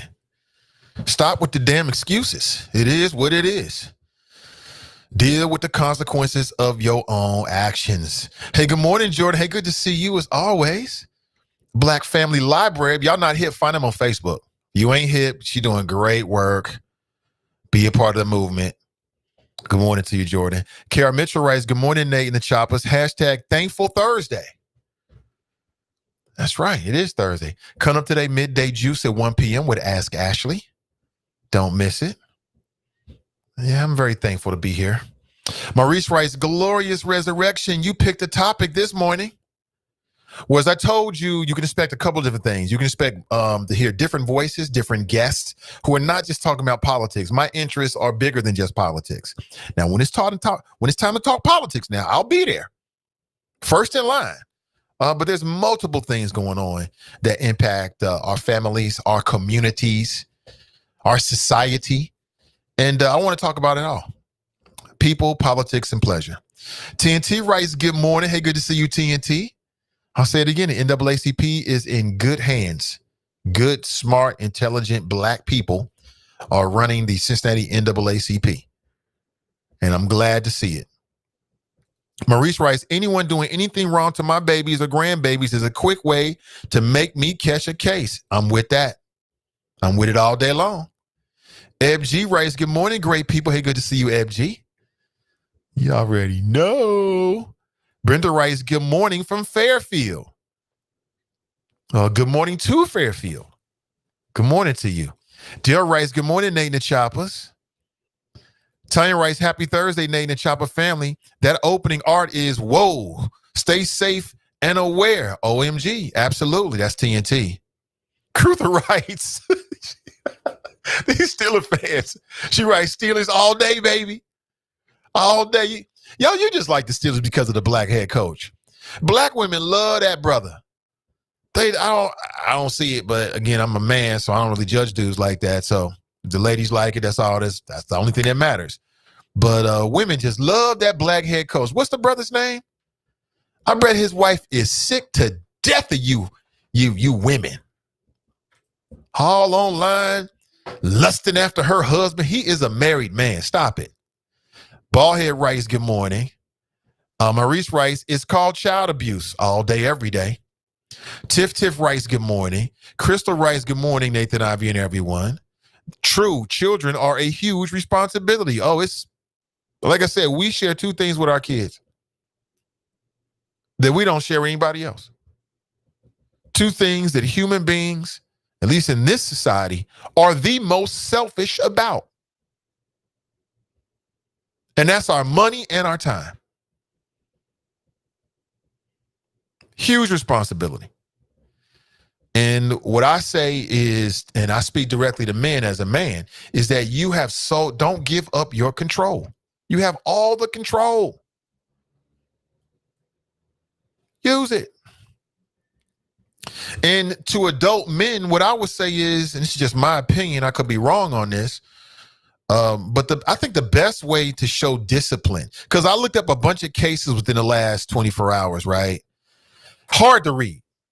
I mean, just imagine me preparing for today's show, just getting a sense of the recent history of these kinds of cases where the boyfriend abused and or killed the girlfriend's child. And in a lot of these cases, I heard the same word coming up over and over again, the D word, discipline. I was trying to discipline him. I was trying to discipline him. I was trying to discipline him. Well, to me, the best way to discipline a child is to show discipline. The best way, because kids will watch what you do. They'll hear what you say, but they will watch and follow what you do. You want to teach your kids to be an entrepreneur? Go start a business. You want to show your kids discipline? You want to teach your kids discipline? Then model it. Let them see the discipline on an everyday basis within your household, and I guarantee you they'll pick it up. That's the best way to show them. It's not corporal punishment or making them hop on one leg on a trampoline or kicking them out the car in traffic or beating them because they urinate a kid and they say, I mean, it happens with kids. You don't want to scar a child for life because they urinate themselves. You want to deal with that situation with a velvet touch. That's a very sensitive thing. Don't make them feel bad about it. They'll grow up and have all kind of issues. You know what I'm saying? Just help them out and move on. You know, kid wets the bed. You want to take the mattress and put it out in the front yard so everybody knows, all this kind of nonsense. Hey, that's not what you do with children. That's called abuse. That's what a psycho does. A psycho sicko. Hey, good morning, Roosevelt. Good to see you, brother. As always. Sean writes, good morning, beautiful people of the sun. Same to you, brother. Maurice writes, my mother was in 2 marriages that had domestic violence. Three child abuse in them. My mother, the lioness, fought like the lioness she was. I would expect nothing less. Glad to hear it. Tiff writes, my son is 11 and he still hits me with the give me a reason, does he? Does he? My son hits us with it. That's his favorite retort now. We'll tell him to do so. He'll say, but why? Boy, because I said so. You have to give me a reason. Huh? And I ain't lying to you. I've told the boy, do you like the internet? Yes. Do you eat for free? Yes. Do you have heat? Yes. You got a warm bed. You got your own room. Get your ass and do what I told you to do, boy. That's why. But I also am, and I think maybe I'm partially to blame for it. I do believe in explaining to my children why I'm doing things. I try to explain it to them. So it's probably my fault. They kids, but I mean, you know, I try to keep it real with them. Talking about something. You got to explain it, but why? That is not uncommon for us to be heard in our house for my son. But why? You got to give me a reason. No, we've given you reasons in the past. So we don't really have to. You know what I'm saying? He think he living in a democracy, but this is really a dictatorship. And we are the dictators, period. My country, everything is free. You get to go to the refrigerator, get your apples and oranges. You like apples and oranges? Grapes? Got you some organic food in there? People cooking for you? Got your washing machine? Get your clothes washed and everything. What? You got valet service to the school, everything? That's why. That's my grandparents and my mother and me. Fan writes, what kind of nigga do that to a 5-year-old? I'm with you on that one, man. Nat writes, good morning, Facebook choppers. Crystal writes, I often get asked why I did only have one child. And I say, one parent, one child, more than enough. I ain't mad at you. I mean, because you got to know your limitations. There's this fallacy out here, and I think it's a scripture, or I hear a lot of people saying this. They'll say, well, God won't give you more than you can handle. That's a damn lie. I don't know if it's God or whatever, but you will reap what you sow. Your life will be the accumulation of your consequences, the things that you did. And I've seen many people break because they bit more than they can chew. It will break you.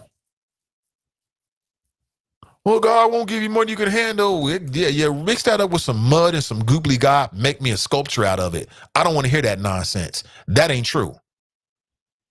There's people that commit suicide, have psychotic breaks, break down emotionally, all kinds of stuff that's going on during COVID because they're dealing with an unusual amount of responsibility and burden or whatever else. Life can break you. You go out here and start doing a whole bunch of dumb-ish things that you really can't control, you'll be broken. Now, I ain't gonna lie to you about it. Oh, God won't give you more than you can handle. Sure they won't. Sure. It may not be G-O-D. It might be you. Y-O-U that did it. We love to put things on G-O-D when it's really Y-O-U. Please stop. Tiff writes, it's not that much loneliness in the world for me to allow a man to come in and abuse my kids or myself. Bullcrap. Tiff, great to hear it. Like I said, I'm speaking to the choir here. I mean, this is a show topic. I want to provoke some thought on this issue. This was something that happened most recently. I thought it was interesting for a conversation for a lot of real, very serious reasons. But I already know I'm speaking to the choir. I already know a lot of people. I'm telling you things you already know. But we might reach one person this morning with some of these flows. Tracy writes, good morning, choppers. Una writes, Andra Henson. I'm not sure who that is. Good morning to you, Una. Not sure what you mean by that. FG writes, I think people ignore the signs sometimes. Afterward, they begin to say they saw something before, but didn't think it was that bad, right? Fame writes, damn, bro, was the police in front of your house? What happened? Crystal writes, thank you so much for your honesty on dating single moms. Yeah, I dated some single moms. I graduated from Peter H. Clark Academy. It was a second chance school. All the kids that was there, including myself, had some kind of issue. Most of the women who were there, the young ladies who were there, had children. So what happened was they had to take time away from school, and they basically were older than their grade, if that makes any sense, right? And so that program, and the principal was Shelly Hamler, who most recently was named one of the Women of the Year by Cincinnati.com. Shout out to Shelly Hamler. I thought she was a great role model. I loved the way she carried herself. She had a lot of confidence in us. And I went to that school because when I was in public school in CPS, I had some issues. You know what I'm saying? I plugged out. You know what I'm saying? Stopped going. Had some issues with the schools I was with. I say it again. I mean, I was a latchkey kid and a Section 8 kid. So you take a kid like me from the city and plop me out in the suburbs with a single mother, not a lot of money. I had issues and I rebelled. I rebelled. Trust me when I tell you that. And a lot of it, looking back, I felt justified. You know, I was a young black kid out in the suburbs. I wasn't being treated fairly. And so I rebelled and stopped going to school. And my mother found this program. It was called Peter H. Clark Academy. She put me in it because what was the attractive part about it was that I could be around kids who were in a similar situation, who were older than their grade. When I graduated, I think I was like 19. So a year older. And then it offered you a diploma and not a GED. That was very attractive to me. Plus, the school was near my grandparents' home in Walnut Hills. So literally, I would walk to school back and forth every day, which is great exercise. So that's why I was there. So my environment was a lot of young ladies that had children. In fact, I think all of them had children. Most of them did anyway. So I dated a lot of women. And when I say date, I'm talking about you in high school. Is that really dating?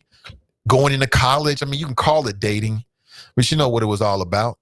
But again, even then, I mean, children are children. They must be protected. They're very special, whether they're my children, especially they're my children. But, I took it very, very seriously and still take it seriously. Of course, I'm not dating any single women right now, but, that was my experience. So even in the college, I remember meeting women, black women, who had children. I dated a woman off and on seriously. I liked her a lot. She had a son. She had a terrible relationship with her son's father. It had an impact on, I mean, terrible. They used to fight and argue and cuss. And like, I liked her, but damn, I ain't trying to deal with all that. That's your problem. You should have thought differently. You should have chose better. You know what I'm saying? I ain't trying to jump into all that. Now I got to be the middleman. I like you. I like you. Love the hips. She had this nice little Nia Long thing going on. It was nice. But that was the extent of it. I just couldn't see going any further with it because who's trying to deal with that mess? Not me. I'm 21, 22. It's too many fish in the sea for that lady. So I had to move on. And, you know, we dated off and on, but nothing serious. We even had this. I told her what I'm telling you. I remember telling her many, many years ago. And I had to keep it real with her. Like, I like you. Like I said, you got this Nia Long thing going on. She was very attractive, at least to my eye. And but the kid's father relationship, which is so ironic because Ask Ashley, and again, she just talked about this on Tuesday. You know, she got a question and answered this very similar question. She got a question from a man who found a woman who he really likes. He wants to marry her, but for his observation, the relationship is real bad. This is just coincidence, you know, with her father. And from a man's standpoint, why would I want to come into a situation like this? And there's so many fish in the sea. There's not enough love or connection in the world for that. Women need to understand that all that love conquers all. No, hell, it don't. Time is short. I ain't wasting a lot of time with your nonsense. Clean that up. We'll holler later until it does, or until that way, kid, you become an empty nester, man, we can reconnect. After that, before that, nah, sorry. Sorry. Yeah, man, I don't know if every man looks at that, but some men will look at and judge you. Not you, but they're judging whether they want to deal with that. Especially if you're a man that's got options. If you got different women or you got options out there, why would you put yourself in a situation for something like that? So no, Crystal, men look at that situation. Some men will. They'll look at that and like, I'll hit it. We can kick it. But long-term serious and you got a ongoing bad relationship with your child's father, later for that. Later for that. Sorry. Now call me when he get 18. I'm just saying. Fast Pitch writes, he was probably abusing the mom too. I can see that. I can see that, Fast Pitch. Good morning to you. I can see that. Sean writes, male lion syndrome. Could be. Could be. Jane writes, good morning. Let me look at my notes real quick. So I wrote this down. I want to share it with you. This is, well, there's a couple theories out here about this. Couple theories. Let me see here. This is from,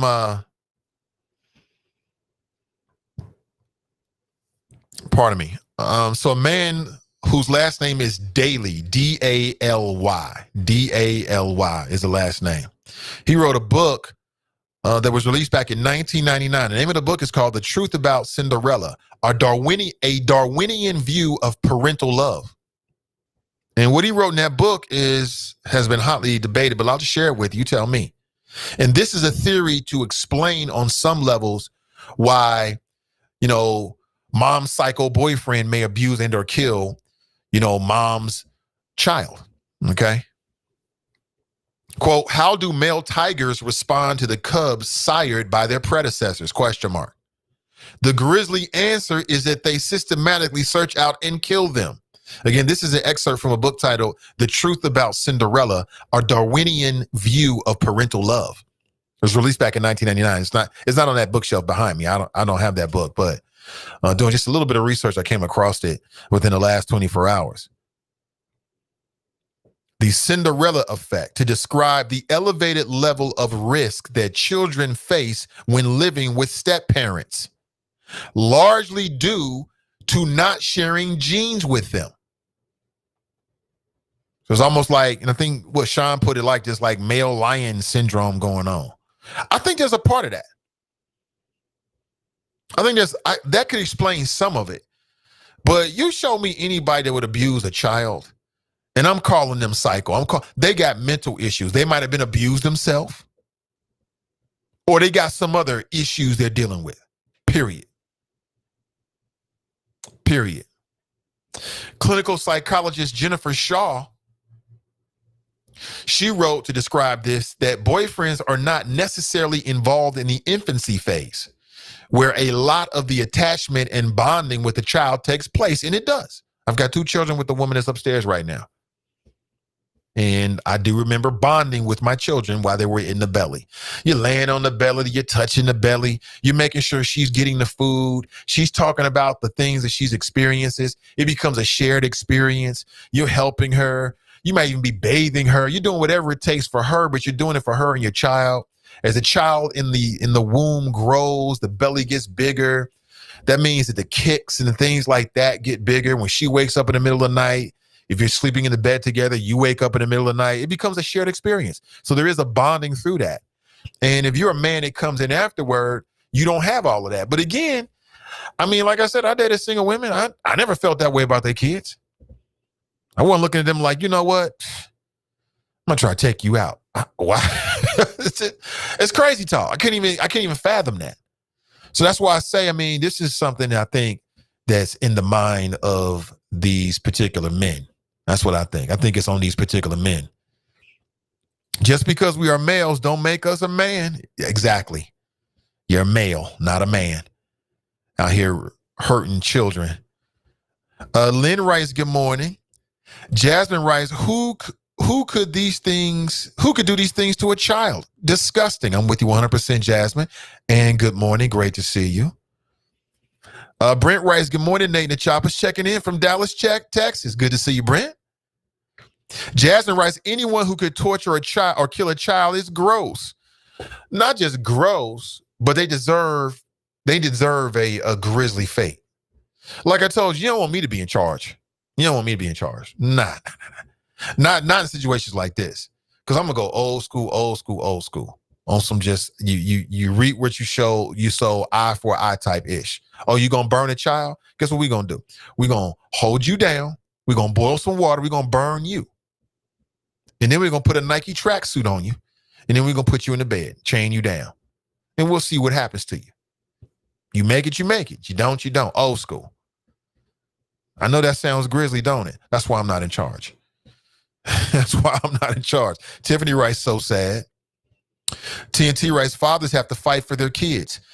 You know, that's right, TNT, but I think that fighting starts before the kid is even conceived. Before you become a father, it's about the decisions that you make. You ain't got to smash every lady you like. I know I'm contradicting the whole, whatever black male theory, but you ain't got to smash every woman.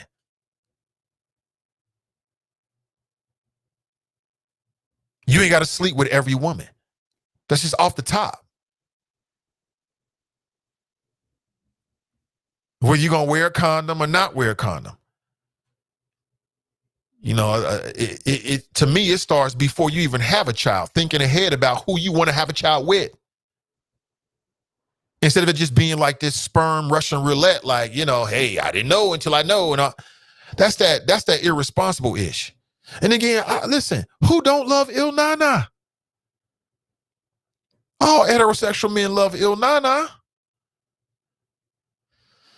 I get it. But I'm going to say it again. You don't have to smash and knock down everything. Because when you do, you open yourself up for everything. Anything can happen. There's a lot of dudes out here sleeping with women, and they know they don't want to be with them. Damn well she is not wifey material. Damn well she is not long-term material. But you out here taking a risk with her. I'll be honest with you. I've had family members who I've seen them in relationships with women. And I'm like, oh boy, you don't want to get her pregnant. Being honest with you. I've said this to family members like, look, I know you having your fun right now, B, but this don't look good. It's all fun right now. But if you have a child with this particular person or persons, they're going to run you through the mud. Don't do it. Don't do it, B. Now, they didn't listen to me. And exactly what I said was going to happen, happened. And again, that's a hard thing to say to somebody because it's like every child's a blessing. I get it. And I agree with that. But, you know, if you don't plan for your life, then life has a plan for you. It's real simple. Y'all think that's harsh, don't it? You think that's harsh? No, I'm being harsh. I'm being real. I'm being real. FG writes, wow, such a sad story. Yes, it is. Lemmy writes, hold on, lost it there. Lemmy writes, good morning. Good morning to you, Lemmy. Janine writes, good morning, Nathan and the Choppers. Good morning to you. Anthony writes, don't put it on him being a service member, Nate. He is just a piece of ish. Nothing to do with being a soldier. You're right about that. I didn't mean to come across like that, but I just meant to say that he disrespected the uniform. He disrespected military service. We need better people to represent us in these particular places. Tracy writes, as single mom, my home is the safest place for my kids. They come first all day, every day. Dominique writes, what's up, Nate? This is the Minister of Information. Good morning to you, Minister. TNT writes, it's a constant battle to teach these young moms to not leave their babies with these men or just anyone. I try to be there when they need a break because I know how hard it can be when you can't get a break. I've been there with single mothers. I've been that break. Yeah, like I said, I dated a woman. I liked her a lot. I was very fond of her. I liked her on a lot of different levels. She was real cool to me. She had two young girls, with some other dude. And they were off again, on again. You know how that is. And I came into the picture on some sex stuff. Let's keep it real. She liked me. I liked her. We was kicking it. But our friendship was many, many years. And I don't know how this happened. Maybe I spent the night over. Again, I was a young dude doing what young dudes do. You know what I'm saying? Oh, I can spend a night? Oh, okay, great. Wake up the next day, she got to go to the store. Go on to the store. I got them. Cook her some breakfast, look after them. She said she's going to come back in an hour. She come back 5 hours later. I ain't mad about it because when I said yes, I already knew. You know what I'm saying? I wouldn't have said yes if I knew I didn't have 4 or 5 hours. So I wasn't too upset about it.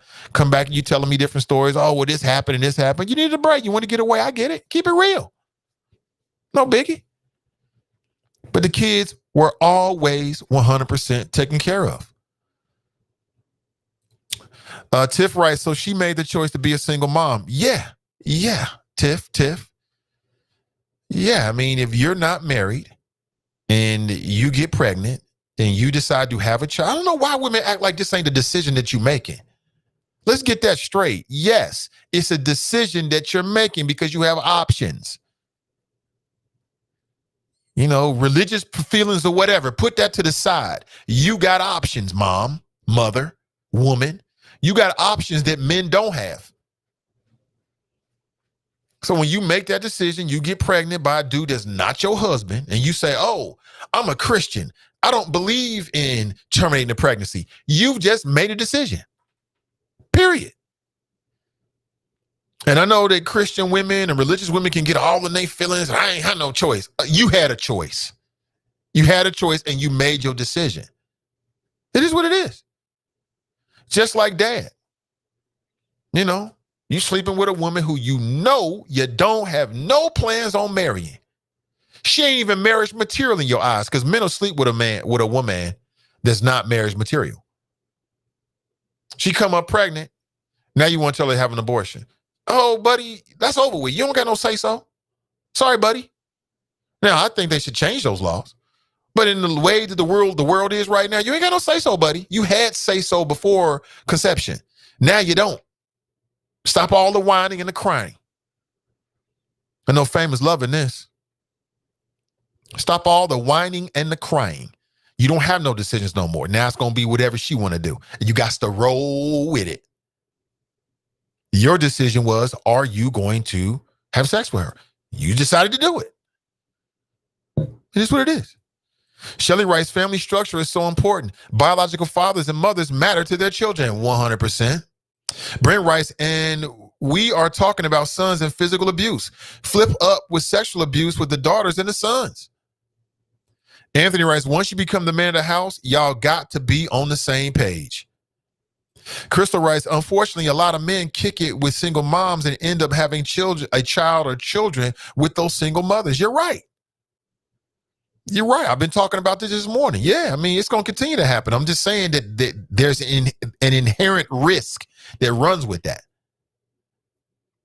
Some of these dudes is so desperate to declare they're a man with a sexual conquest that they'll sleep with anything, anybody.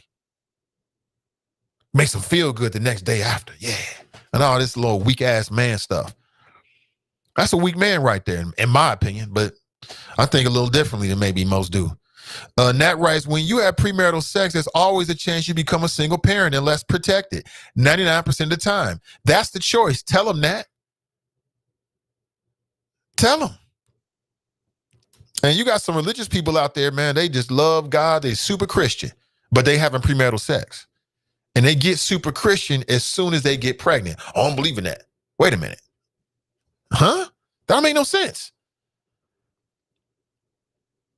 Like, that's why I say, we just God's little hypocritical creatures. All of us. I ain't no different. We all the same. I'm just calling it out. Just keeping it Rizzo with you this morning at 513-873-7134. Just keeping it Rizzo with you. Hey, caller, please hold on. We'll come straight to you. We'll come straight to you. Please hold on. Hey, caller, please hold on. We'll come straight to you. Let's see. Daryl writes, Tracy writes, definitely needs to be on the same page before he comes to man in the house. Open discussions need to be had. That's a tough one right now. I mean, I'm not saying again, I'm married right now. Let's say I got divorced tomorrow. So now I'm single. Would I date a woman? She had to be super incredible. I'm gonna be honest with you. That wouldn't be my first choice. My first choice would not to be to date a woman that has a child. Now, if she's an empty nester, that's cool. But a kid in the house, I don't know about that. I don't know about that, because then you got to deal with the way they want their kid to be dealt with. And then what's going on with dad? Is dad in the picture? And either way, it becomes an issue. If dad's not in the picture, well, now I got to be the stepdad that fills in the blank for what this Nick White didn't do. And if dad is in the picture, hopefully it's a good, positive relationship, because if it's a negative relationship, it ain't even a consideration. I wouldn't even consider it. Like bickering back and forth and a bad relationship, hell no. Sorry. We can go kick it. You know what I'm saying? We can kick it. Netflix and chill, but serious long-term, call me when you become an empty nester. I got better things to do with my time. That's just the reality of it. And I can see women, there's women out there that feel the same way. There's single women out there, they meet a dude, they like the dude, but dude's got kids and a bad relationship. They later for that. I understand. Who's got time for that? Crystal writes, it depends on the age of the people dating. By the time you're 40 plus, you should know what you're looking for. Yeah, Crystal, I would think so, but that ain't always true. That ain't always true. After a couple years, the truth in you has to come out. I say 3 to 4 years, the truth comes out. Unless you're dealing with a real psychopath. You got some folks out there that can lie for a long time. Alicia writes, God's morning, Nathan and the Choppers. Angie writes, good morning, Choppers and Nate.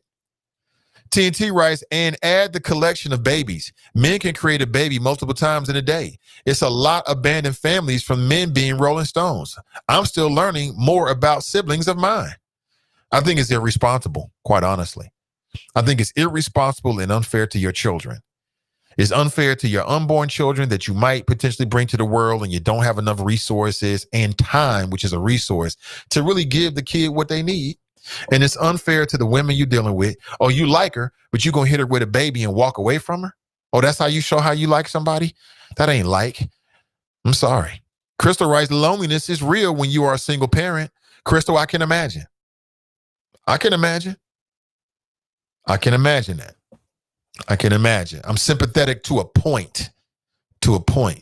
At the end of the day, it's the road that you chose. And you're going to have to ride that road until the end of it. And there's nothing coming for you. I mean, other than that, get a hobby. You know what I'm saying? You start playing Warzone or something like that. I don't know what to tell you, but I feel you. Jerica writes, can we chill on the climax? No, we're not going to chill on the climax. You always try to tell somebody what to do, Jerica. No, I ain't going to chill on the climax. And there's nothing wrong with that word. All right, I always try to tell people what to do. Good morning to you, Jerica. And the others too. Good morning to you. Jerica's hilarious. Oh, that's my sis right there. Angela writes, what I don't understand is when you break up with a man, he breaks up with you and the kids. I tried to explain this to my 9-year-old daughter. It's unfortunate, but that's what happens when you're not married. It can happen if you're married, but I think that if you're married, it's less likely to happen.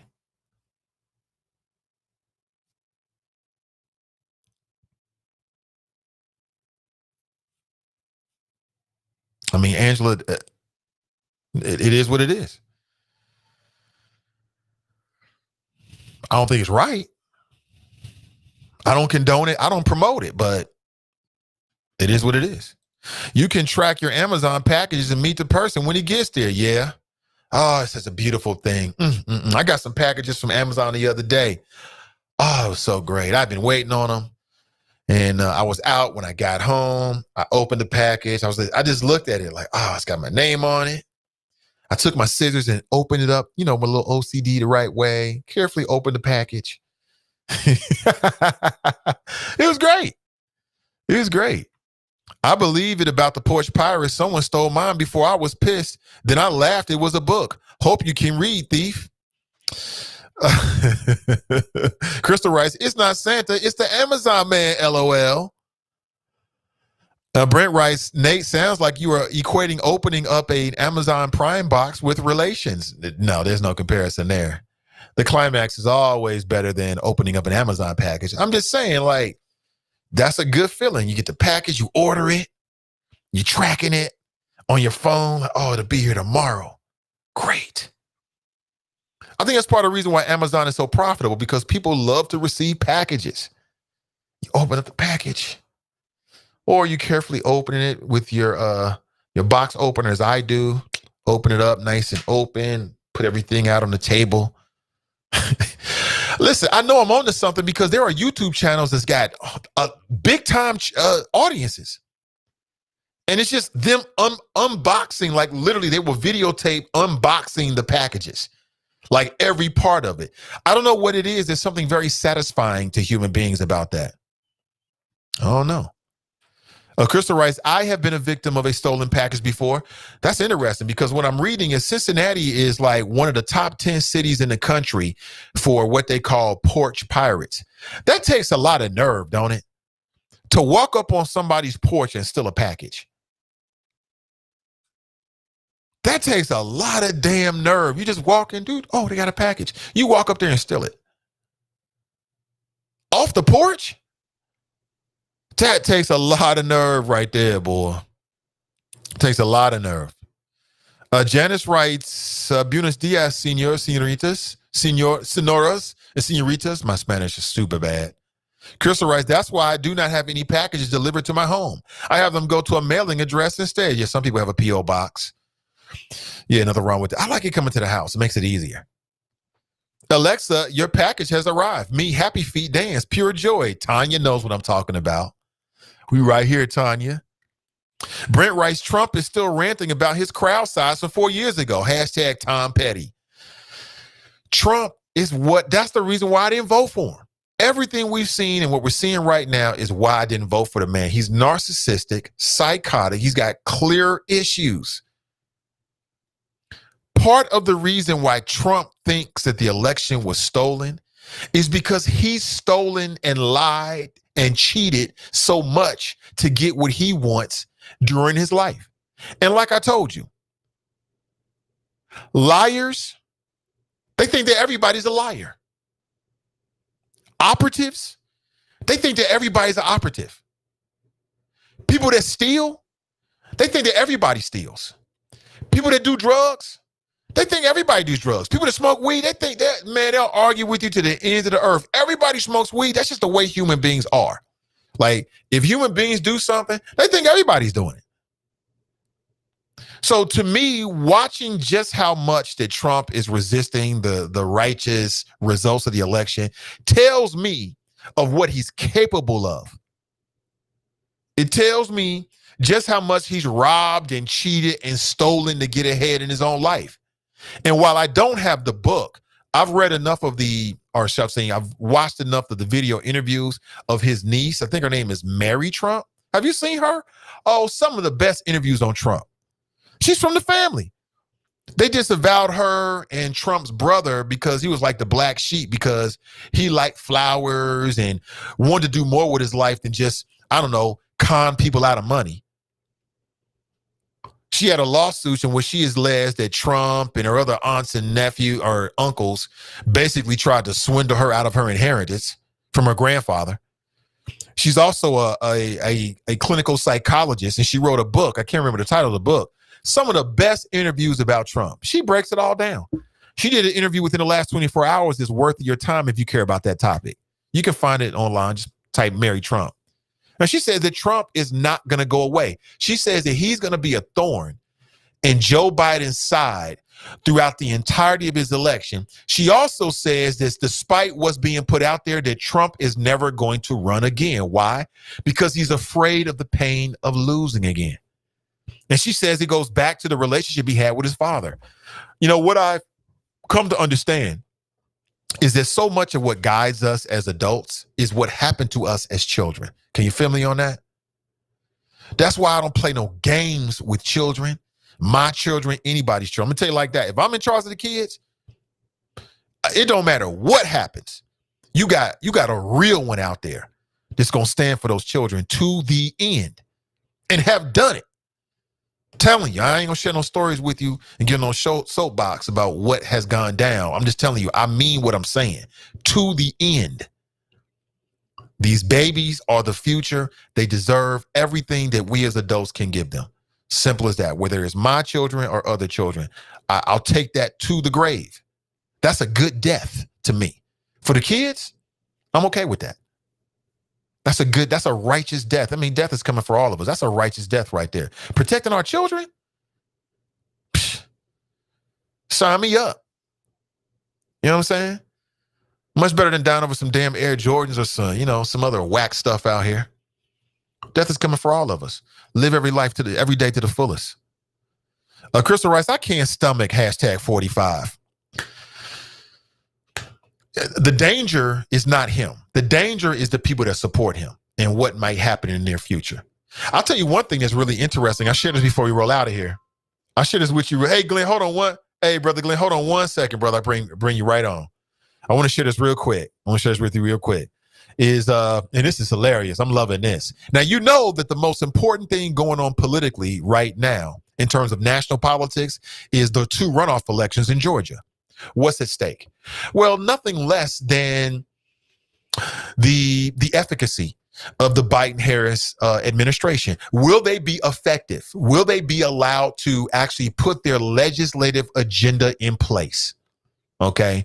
For all the people that voted for Biden-Harris, will they be effective in their appointments into his administration, their agenda? Will anything get passed? It's all at stake in Georgia, because what's at stake is the majority, the leadership in the Senate. Okay, we're talking about the next 2 years, and then there'll be another election in 2022. I'm reading now. This is hilarious. I love this. You might too. I'm reading now that because Trump's been running around here talking about how the election was stolen, that you got people out there telling Republican voters in Georgia to not vote. They're like, well, why should we vote? The election's rigged anyway. I love it. Keep it up. Keep it up. Yeah, make the Republicans stay home for those 2 runoff elections. That'll be great. And then the Democrats can get a majority, and maybe we can get past this gridlock, and at least one of the parties can get something done. Because if Mitch McConnell remains the Senate majority leader, he's going to do everything he can to Biden to slow it down. If that means jobless rates goes up, if that means economically everybody gets stuck in the mud, if that means a sour sort of mood in the country, all the better for the Republicans, because they'll run against that in 2022. Now, why am I saying this? On what authority? Well, the authority of recent history. Look at what they did with Obama. We've already seen the playbook. We've already seen it. And they're going to do the same thing to Joe Biden and Kamala Harris if they can. It fits their agenda. Slow everything down to a grinding halt.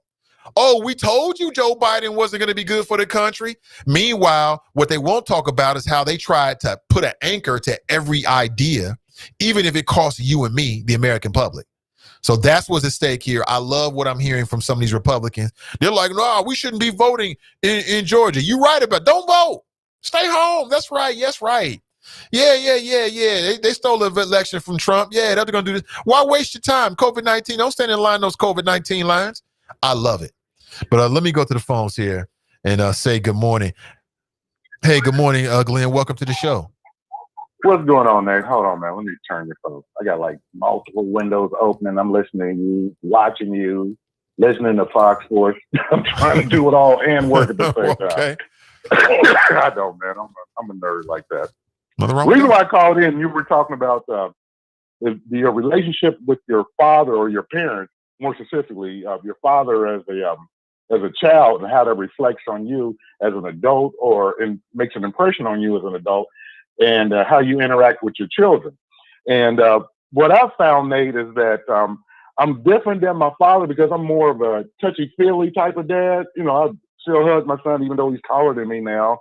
And of course, you know, kiss his daughter on the cheek, give her a big old daddy hug. But my father wasn't like that growing up. And it wasn't because he didn't love me. I mean, we wrestled around. I'm sure you little man wrestle around and, you know, just doing the things that father and sons do.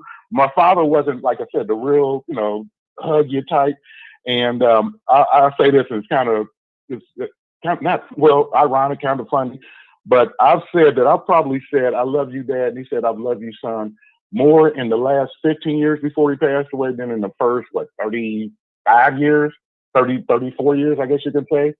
And that's just how that relationship evolved. But as far as me and my kids, I'm more like my mom when she was to me and my sister than I am my dad. You know, I grew up thinking that, you know, I go do my little 9 to 5. I come home, sit in my lazy boy chair. You know, the wife comes in like, babe, you hungry? You know, pulls out the little TV tray, sets the food down. You know, end up falling asleep. She comes back, you know, about 10, 11 o'clock and say, babe, go upstairs and get in the bed. That's what I thought I was headed to when I was married. Find out, you know, both of us was working. You know, I'm, doing everything, you know, with the kids. I cooked, cleaned, drew baths, did homework. You know, they slept in the bed. I mean, when Miles was young, he slept in the middle, Aaron slept on the other side, and I slept on the end. I woke up and I had I was on the corner of the bed. I used to say, I'm the only one sleeping uncomfortable, and I'm the only one with a job. But, I think about those times fondly now.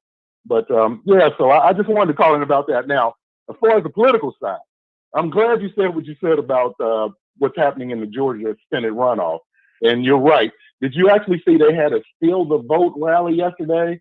And the guy took on Perdue and Kelly Loeffler saying if they really cared, they would be right here. And do you think Georgians are stupid? We're not going to use that Chinese voting machine again. So basically Trump and his surrogates are basically, we're going to burn the whole damn thing down, Nate. And like you said, I'm all for it. I told him on the station down the Dow, I'm not here to be Captain Save-A-Ho to the Republican Party. I'm just as happy to watch you crash and burn. But I'm listening, I'm watching these fools, and they're basically sabotaging their own chances of keeping the Senate. And again, go right ahead. Go right ahead. So, and another thing, too, they actually got 2 damn good candidates down in Georgia with Raphael Warnock, and John Ossoff. And now, I don't know if you heard this, but Loeffler and Perdue, they're being investigated for more insider trading. You know, Kelly Loeffler is like the richest person in the Senate. They said she's worth a couple of billion or something like that, or 800 million. And so they're currently under investigation. And then, you know, with Donald Trump and again, Rudy Giuliani having these Steal the Vote rallies and telling black folks that your vote is not really legitimate, you know, they're hearing that message. And I think they're going to be fired up just like they were in the election, Nate, the presidential election, to come out and make sure that A, the Democrats get the Senate, but B, that they get Loeffler and Perdue out of there. And believe me, you know the sisters down there in Georgia are like, oh, no, you didn't. No, you're just not going to just pick on the quote unquote black counties and ask for a recount. And then the ironic thing, have you saw this, Nate? All of the recounts, I think all of the recounts except for maybe Pennsylvania, after the recount, Joe Biden got more votes. You know, like 84 extra here, 151 extra here. So it's like Donald Trump, he likes statistics. He just likes losing. He likes seeing himself lose, I guess. You know, this goes back to the old man analogy, Nate. You know, no loser stat. Nobody want to see what happened with Webster Schleider and Bernie Kosar and you get beat 56-14. Give up the stick. But, man, I had to get that in, man. I appreciate the conversation. It was a little macabre this morning talking about the kids. I'm like you, man. It drives me crazy. I made a little side joke, man. I said you had your quiet Van Jones moment at 4:30 this morning, but I understand, man. I did. I'm not ashamed of it either. Right. Hey, we're Virgos. You a little rougher Virgo than I, but we still Virgo, so it is what it is.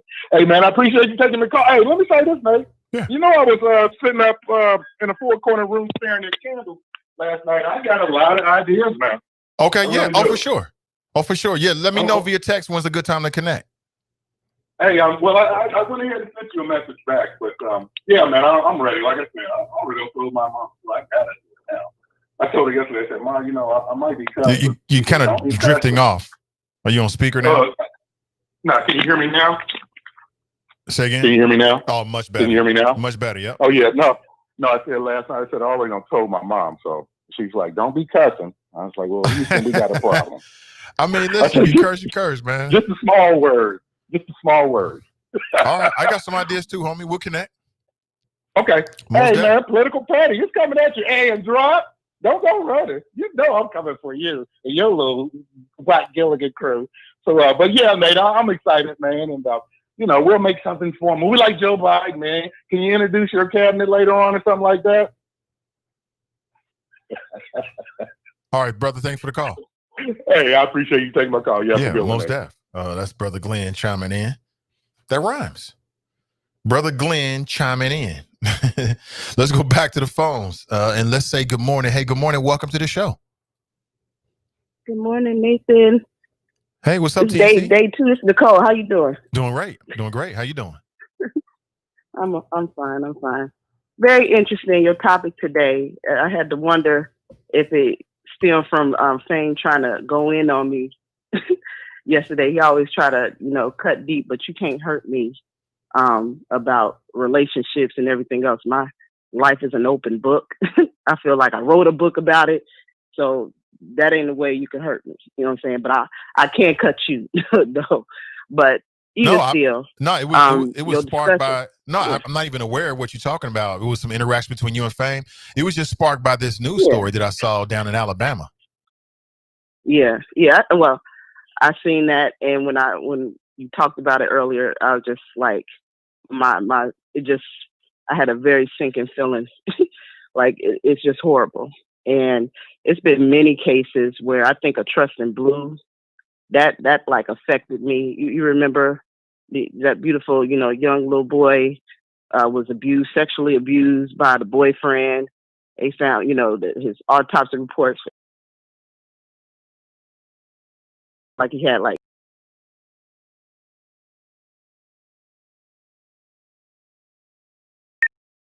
it makes no sense to do these type of things to a child. But it's always been a cardinal rule of mine to never leave my kids with anyone, really. Like, and even right now when I think about in the capacity, like how I try to help, younger cousins or just my daughter's girlfriends, and they have kids or whatnot. Thank God my daughter hasn't made me a grandma yet, but she got girlfriends with kids and they need help sometimes. And I try to teach them too, like as their friends, to, be a sister network, be there for your girl, help her out. Because I know that, these things could be challenging. But it's hard. And I've seen so many cases where I just worry about the kids. Like, and I'll even ask them, like, are you okay? Do you understand about inappropriate touches and everything else? Because, if it just seemed like a situation that is like something ain't right, it don't sit well with me not to at least, make sure that the kid is okay. But even beyond that, it's important to have a support system. I think with my kids, I had always had the father was always involved, which, going back, my kids were all conceived in love. I was in long-term relationships. Sometimes it just don't work out, and that's okay. But they both are involved in the kid's life, in the capacity which they can. And sometimes for, people's situations, that's better, because some people do stick together and what you're exhibiting to your children is not a loving relationship. Like, it's so many people that, stick together for the kids. And, sometimes it would probably have been better for them not to be together. And then sometimes you can be in a family unit. And I think about what my mom used to say growing up, like her father was like, he was there, but he wasn't there. He wasn't the type that gave hugs and everything else. And so it was just like, it was almost like he wasn't there. And so if you're not a nurturing type, or, the family type, being married, being single, it just really depends on the individual and finding the right person. And, you can find that in the step parent sometime. I remember my mother had been married 3 times. The first one, I was really small, but he never, try to make me like him or whatever. He just allowed me to gradually, build a relationship, and I grew to love that man. And unfortunately, he died of cancer when I was young. It was my first opportunity to really have a father figure, and he didn't live very long. But I can only remember one time, which I was a good child, that he spanked me. And that was because I shot across the street, I guess. I didn't look both ways, and he probably almost hit me. But I don't think his car wasn't close, it wasn't like that. But I guess he saw me and saw that I didn't look both ways. When he pulled up on me in that big red Monte Carlo, he was like, get in the house. You about to get a whooping. And I remember going in there and telling my mama, Herschel about to whoop me. And she just was washing dishes. She just looked at me and shrugged her shoulders, and I felt like the world was about to end. I got 3 seconds to run away, but I did. It was just it was nothing I could do. And I don't even remember the situation. He might have whooped me, may not, I don't know. But I just remember being so terrified presence in the house, and I wasn't used to that. So I didn't want any trouble. I ain't want to know. I wasn't going to do anything out of pocket. That's probably one time where I just, messed up. But the second husband was abusive to my mother. And so to see that and to live through that trauma and to see someone hurting my mother was hurtful. And to carry that out in life, eventually they got a divorce, thank God. And I feel like the times where it was just me and her, it was the best times, besides when she was, with her first husband. But in that period of time where it was just me and her, it was just the best times. But then, the third husband, which is person she's, been with the longest, is my siblings' father, both my brother and sister that I have now. I'm saying, this is the person that my kids call grandfather and whatnot. And so, and I call him dad too, because he's been in my life,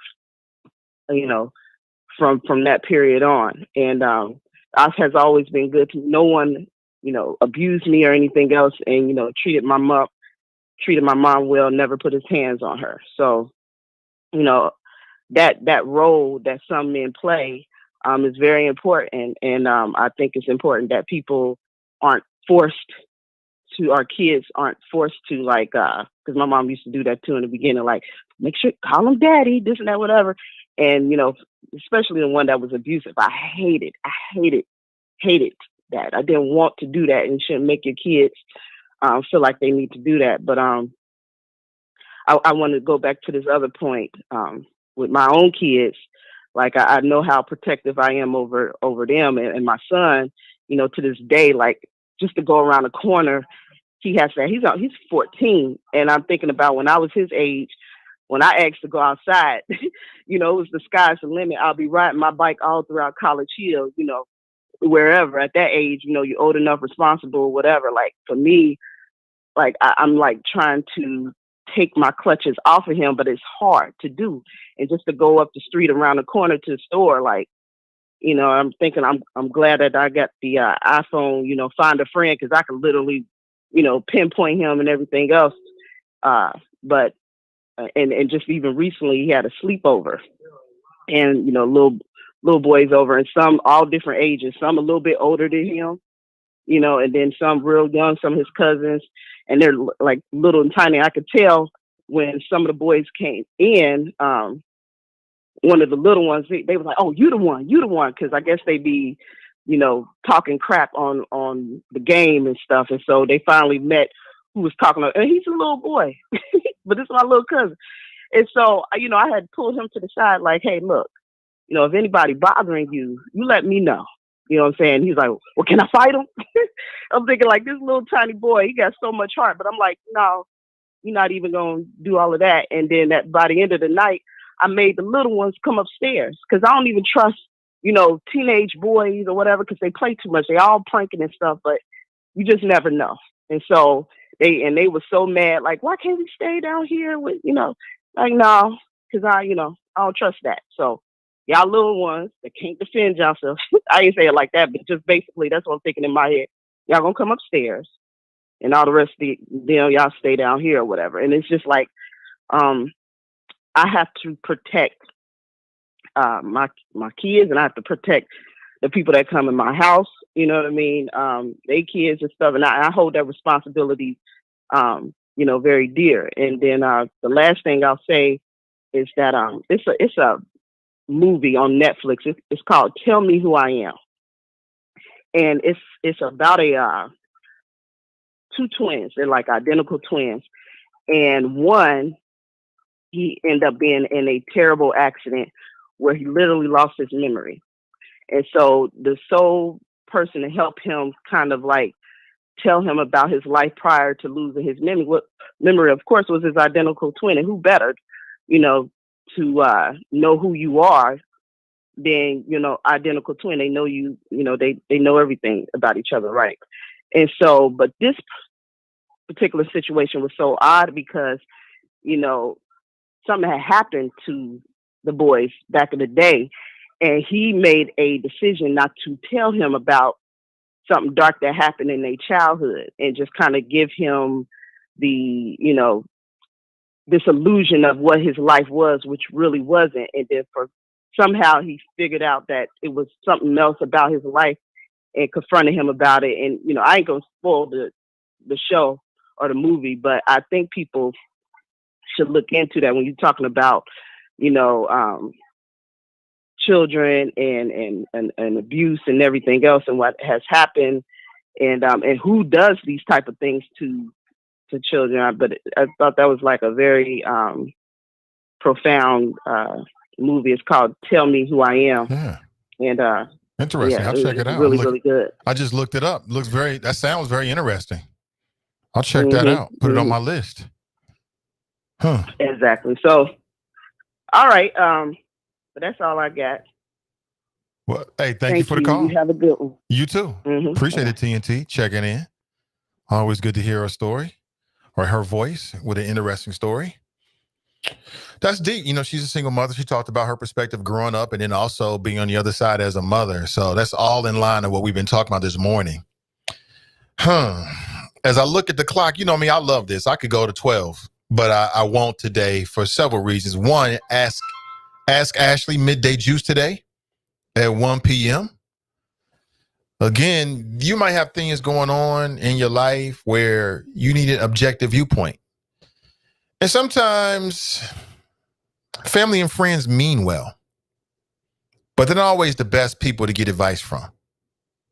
So you find yourself in a situation like that, perhaps you can ask Ashley, askashley@gmail.com. She answers your questions. She'll give it to you straight.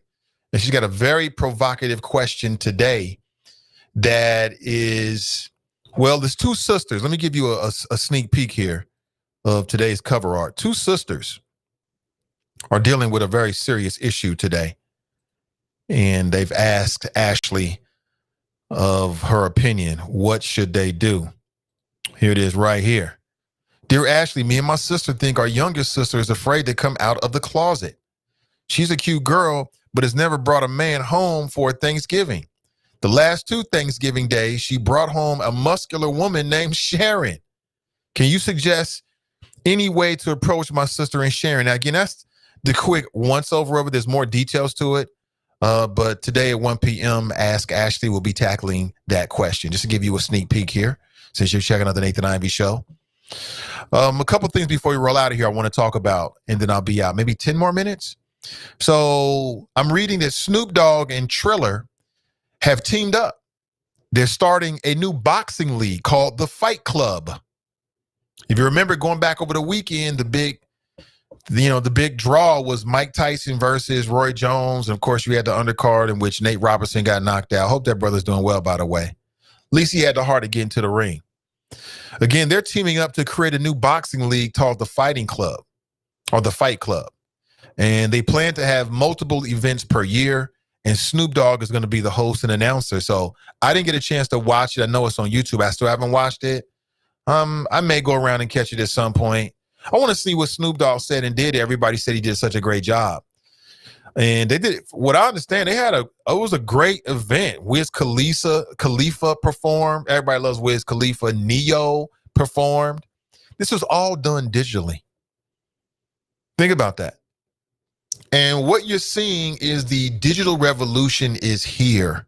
COVID-19 has pushed the pace of it. We are living in a digital world. These are the new digital times where legacy media is still there, but you don't need legacy media the way you used to. By legacy media, I'm talking about your established television broadcast channels. Now everybody's going to, it could be, Roku, it could be Fire Stick, YouTube, internet. Look at the success of the Versus battle, the Versus series. Look at the success of this. How do you get access to it? Well, primarily you get access to it on social media. Look at what's happening with Fight Club and the success. I haven't seen the numbers, but I mean, if they're teaming up and moving forward, I can only imagine that it was a success from a business standpoint. That's why they're going to move forward. Quote, today marks a paradigm shift as Triller and Proxima's The Fight Club dedicates itself to delivering top-notch, immersive experiences in the comfort of your home. So it sounds like they've got a whole new thing they're doing now, and I love it. This is the future. The future is now, okay? The world is digital, and it is what it is. I'm not surprised to hear it one bit. In fact, I even knew it. I think I'll talk about this. You'll probably hear this tomorrow on the show. This is a question that was posted by Daryl inside the Friends page. I'll throw it out here for you, and then we'll pick it back up tomorrow. What if your employer's demands that you take the vaccine when it is available, or you cannot return to work until you do? This is your career, your livelihood. Do you take it or not? Excellent question, Daryl. I love the idea of it. That's an excellent question that's very real for a lot of people as we are, waiting for the vaccines to come in. What if? I think I'll pick that up for tomorrow. Give you a heads up for tomorrow's show. We'll talk about that tomorrow. What if? As well as many things. I like to keep the show diverse. It's very rare when we just have one topic on the show because there's just so many things that of our interest of me and to others. Also, I just joined a new Facebook group. It's called the Male Retreat. Some of you might be in that group. They're doing great work. Some great questions. A lot of men in there speaking to men. Here's a question that I want to put it out there as we close the show. I'm going to give a little bit of advice here. This question comes from a black man, and black men are responding to it. I thought the day my wife asked to separate, take some time apart, hurt. Yesterday, she said she doesn't think she has it in her to get back together. Worst day of my life. I've never felt pain like this. I'm asking for you to pray for me because I don't know how I'm going to make it through. Very interesting. Brothers getting a lot of comments from other brothers inside this Facebook group. You know, that's a deep one right there. Like I said, I've been married for 20 years. My attitude about relationships, even my relationship with my wife, may be different than other people. So, you know, I don't put a lot of unnecessary expectations on the people around me, especially not in my personal relationships. I'm married to a woman. We have a commitment, but she's a grown woman that can do what she wants to do when she get ready to do it. I just approach things like that. The only thing I can control in this world is what I do. So if my wife came in today and said, look, this ain't working for me, I'm out, would I be hit with it emotionally? Absolutely, I would. Especially if it's coming from left field. Like, where's this coming from? But at the end of the day, we all individuals. You can't keep nobody that don't want to be kept. And you shouldn't even try. We as individuals have every right, in my opinion, to live your best life, whatever that means. You should do what makes you happy. That's what makes you happy. You go ahead and do it. You know what I'm saying? It is what it is. I was searching. I saw this early this morning. And I was searching my memory banks, like, have I had a situation like that? And I've had girlfriends that wanted to break up. That's a little bit different. It hurts, like, oh, she's with some other dude. But, you know, that's like puffy love kind of stuff. Here's the advice that I would give to any man in a situation like that. If you're in a situation where you're in a relationship with a woman, long-term relationship, you treated her right, you treated her good, you've been A1 with her, and she comes to you and says she don't want to be with you no more. Here's what you do. First thing you do is you ask yourself, was I good to her? If you can honestly say that you were good to her in a relationship, it should make it easier. It should make it easier. Secondly, you should never take what somebody else does as personal. It may seem like it's a reflection on you, but people's feelings change. They grow out of love. There's a lot of women out there that have this, and I called it the Cinderella syndrome, where their whole lives they wanted to be married because of what society tells them.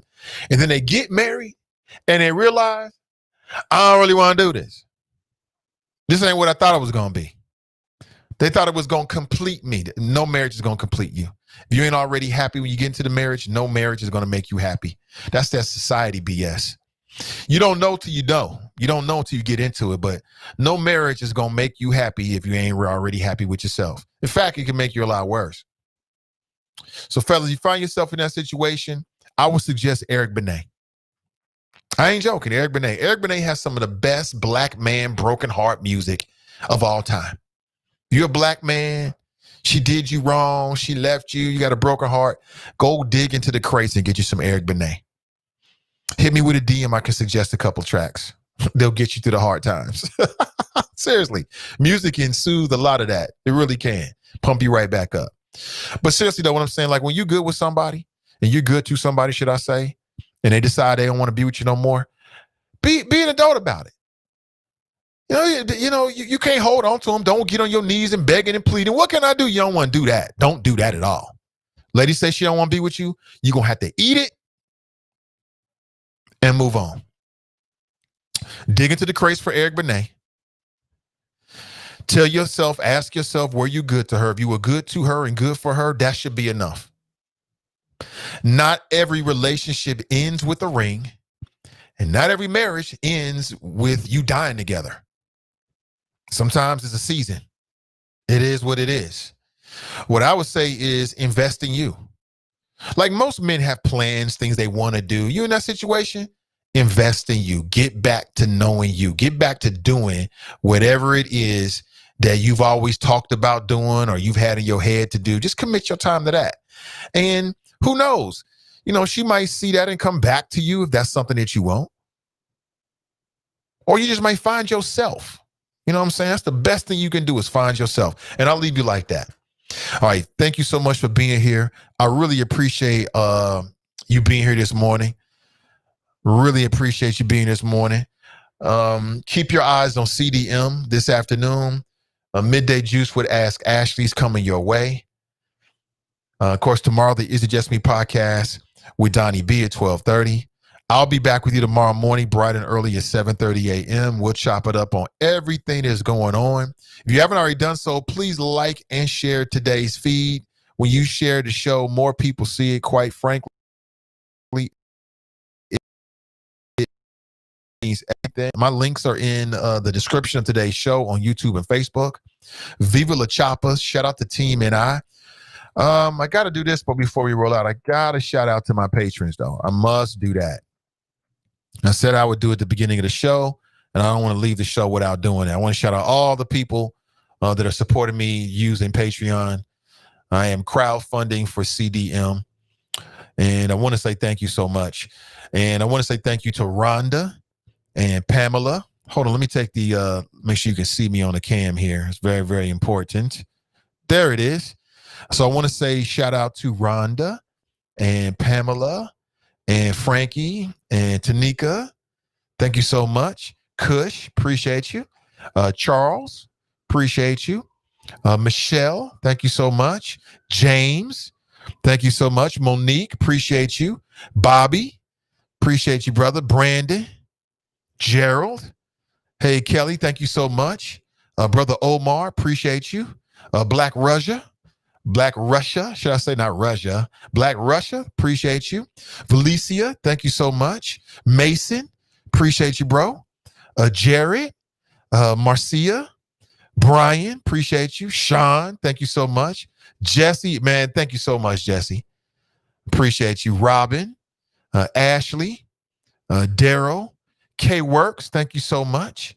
D Wizzle, thank you so much. Tracy, Elizabeth, Cassandra, Buzilia, thank you so much. Pat, thank you. Brooke, appreciate you. Lee, Cinnamon, hey Zola, thank you so much. Ray, Dee Dee, appreciate you. Rachel, Tony, and Glenn, thank you so much. Appreciate all my patrons. As I said, I'll shout you out at the beginning of every single month. I try to do it several times during the month, but the beginning of the month is a very new month. Many of you are patrons now for a new month. I appreciate your support. And again, we're just getting started. So again, that's my time. I'll be with you again bright and early tomorrow morning. Take care of yourself and the people around you. Viva La Chapas. Remember our motto: winners focus on winning. Losers focus on winners. Stay focused and stay winning, and we'll talk real soon.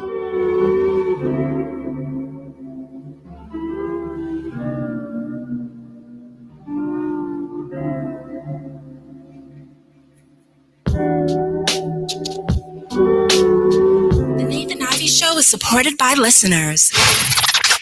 Go to www.patreon.com/Nathan Ivey Show and help Nathan keep the show independent.